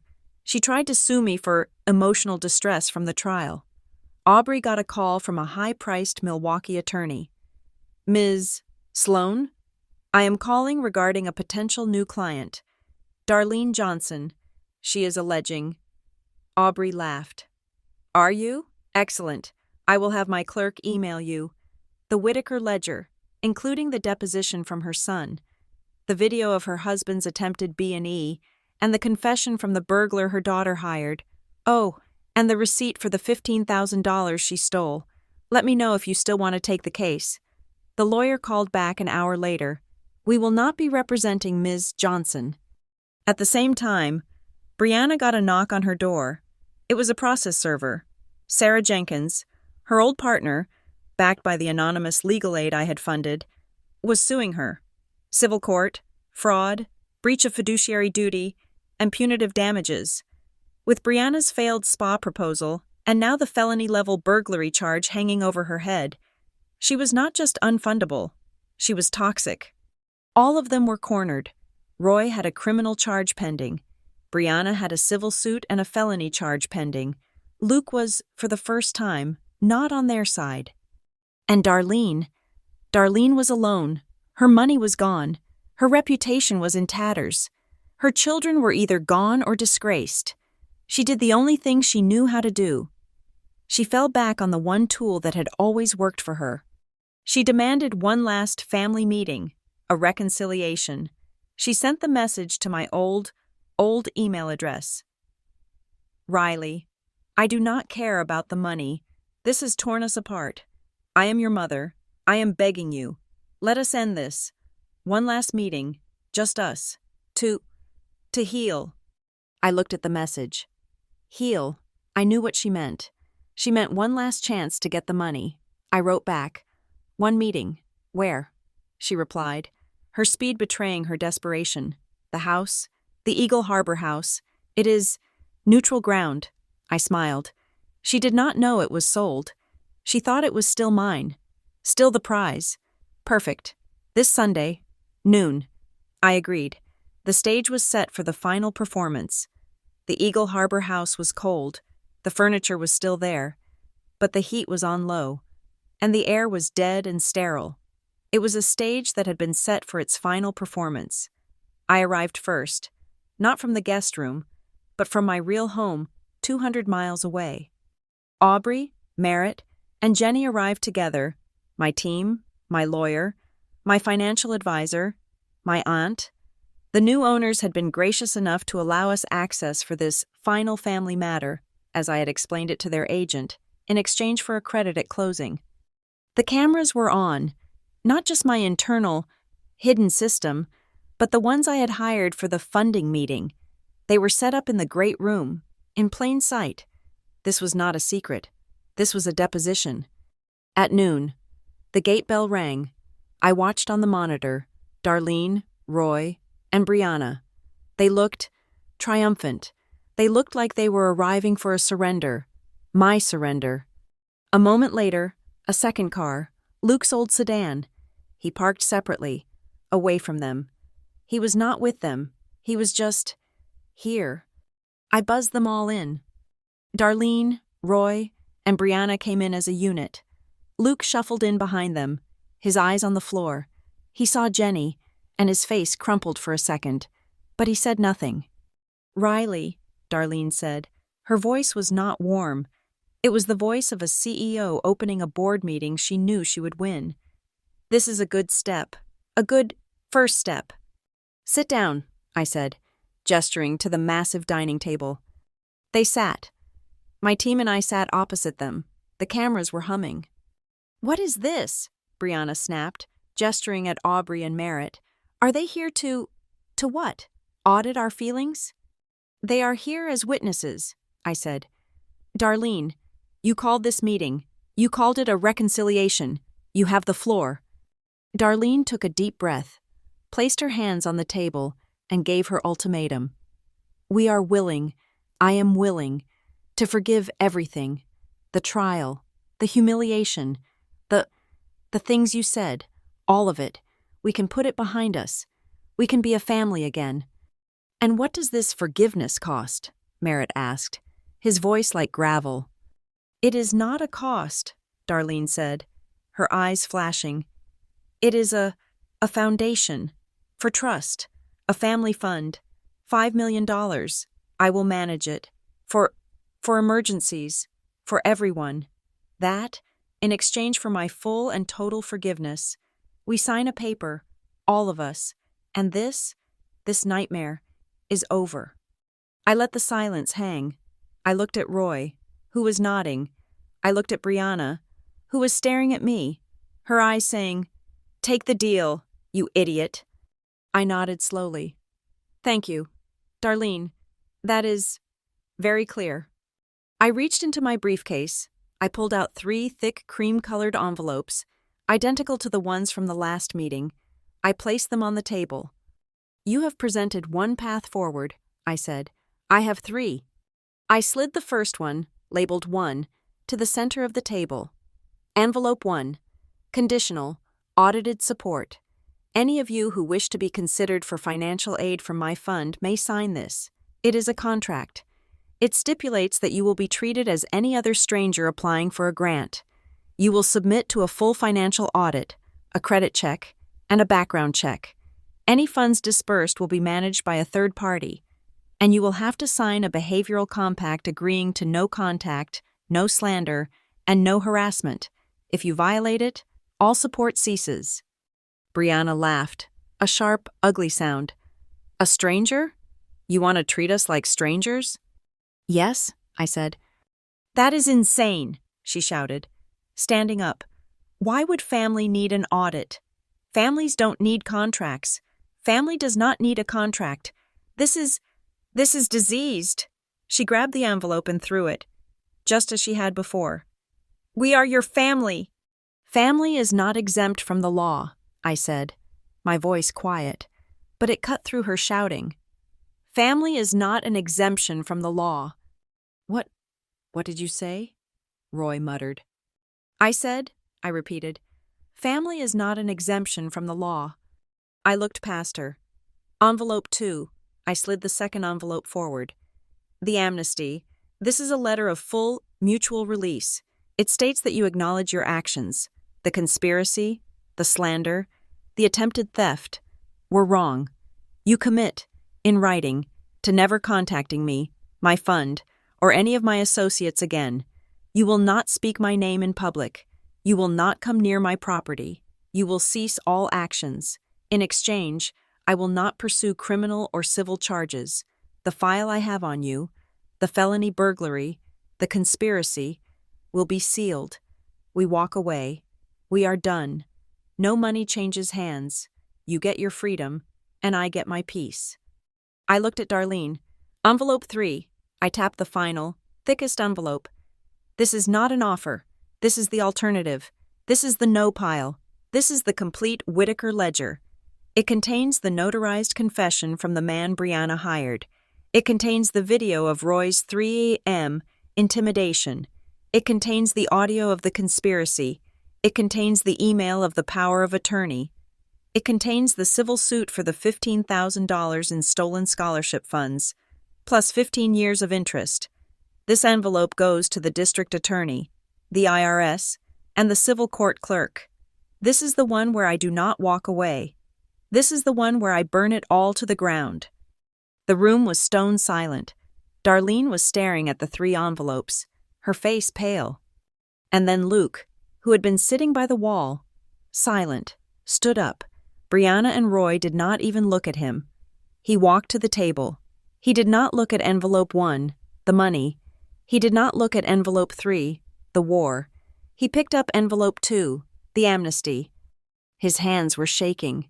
He opened it. He read the single page, his eyes moving back and forth. It was the full, legal, I am sorry I had offered him. Luke, sit down, Roy commanded. Luke ignored him. He looked at Aubrey. Do you have a pen? Aubrey slid a pen across the table. In front of his entire, furious family, Luke signed his name. He signed away any claim to the money. He signed his apology. And he signed his own release. He pushed the paper back to Aubrey. He looked at me, his eyes wet. Thank you, he whispered. Then he did something I never expected. He walked over to Jenny, bent down, and hugged her, sobbing into her shoulder. I am sorry, Aunt Jenny. I am so sorry. Darlene watched this. She watched her son, her pawn, defect. She saw her army of 4 become a fractured, broken mess. She panicked. Luke, stop it, she shrieked. Stop it. You do not know what you are doing. She looked at me, her eyes wild. The mask of the calm CEO was gone. I forgive you, she screamed. Do you hear me? I forgive you, for all of this, for turning my children against me.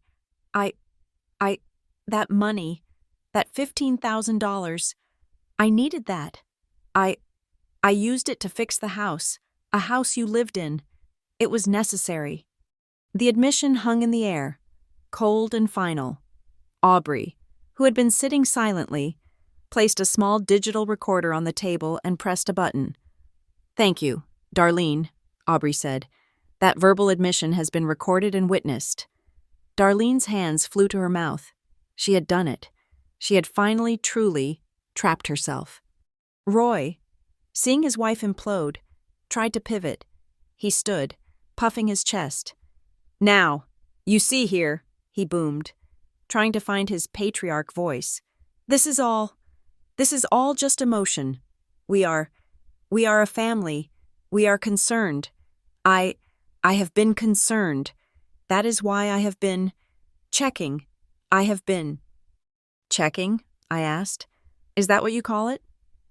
I nodded to the cameraman. A television screen on the wall, which had been dark, flickered to life. It showed the footage from the night before the trial, the dark sedan, the figure hiding in the trees, the license plate, clear as day, as Roy sped away from my security guard. Is this checking? I asked. Parking across from my house at 3 a.m. to check? Or was this intimidation? Roy sat down. He did not have an answer. This house, Darlene whispered, looking around, as if seeing it for the first time. This is where we will fix this.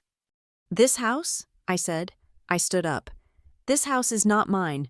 I have not lived here for months. Their heads snapped up. I sold this house, I said. The sale closes in 2 days. We are sitting in an empty sold property, a stage. All this furniture you were appraising. It is being sold with the house. This house was the bait, and you took it, all of you.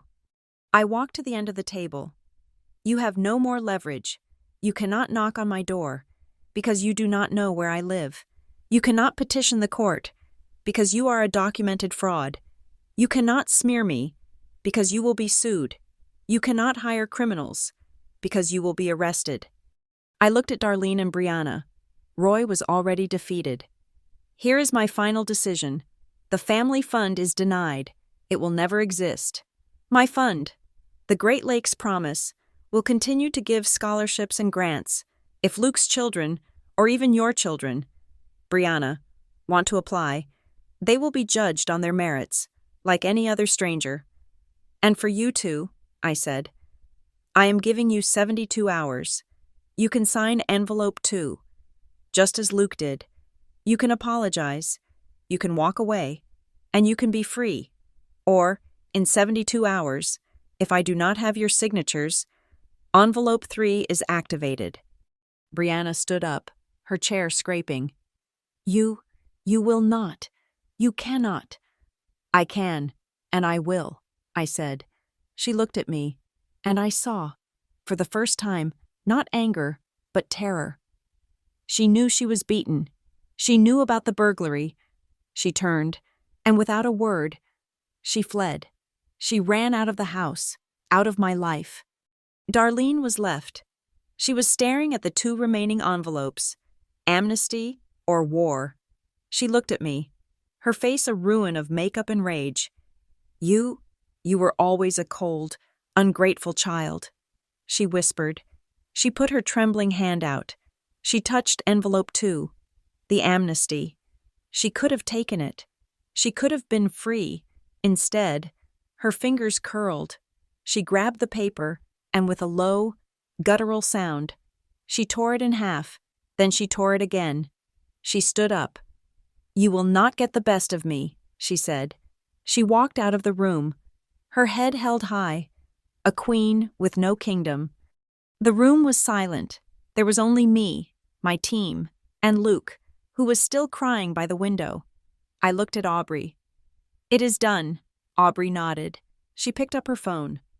Activate envelope 3, she said to her assistant on the other end. That day, the civil suit against Darlene was filed. The evidence of Brianna's burglary and Roy's conspiracy was handed over to the district attorney.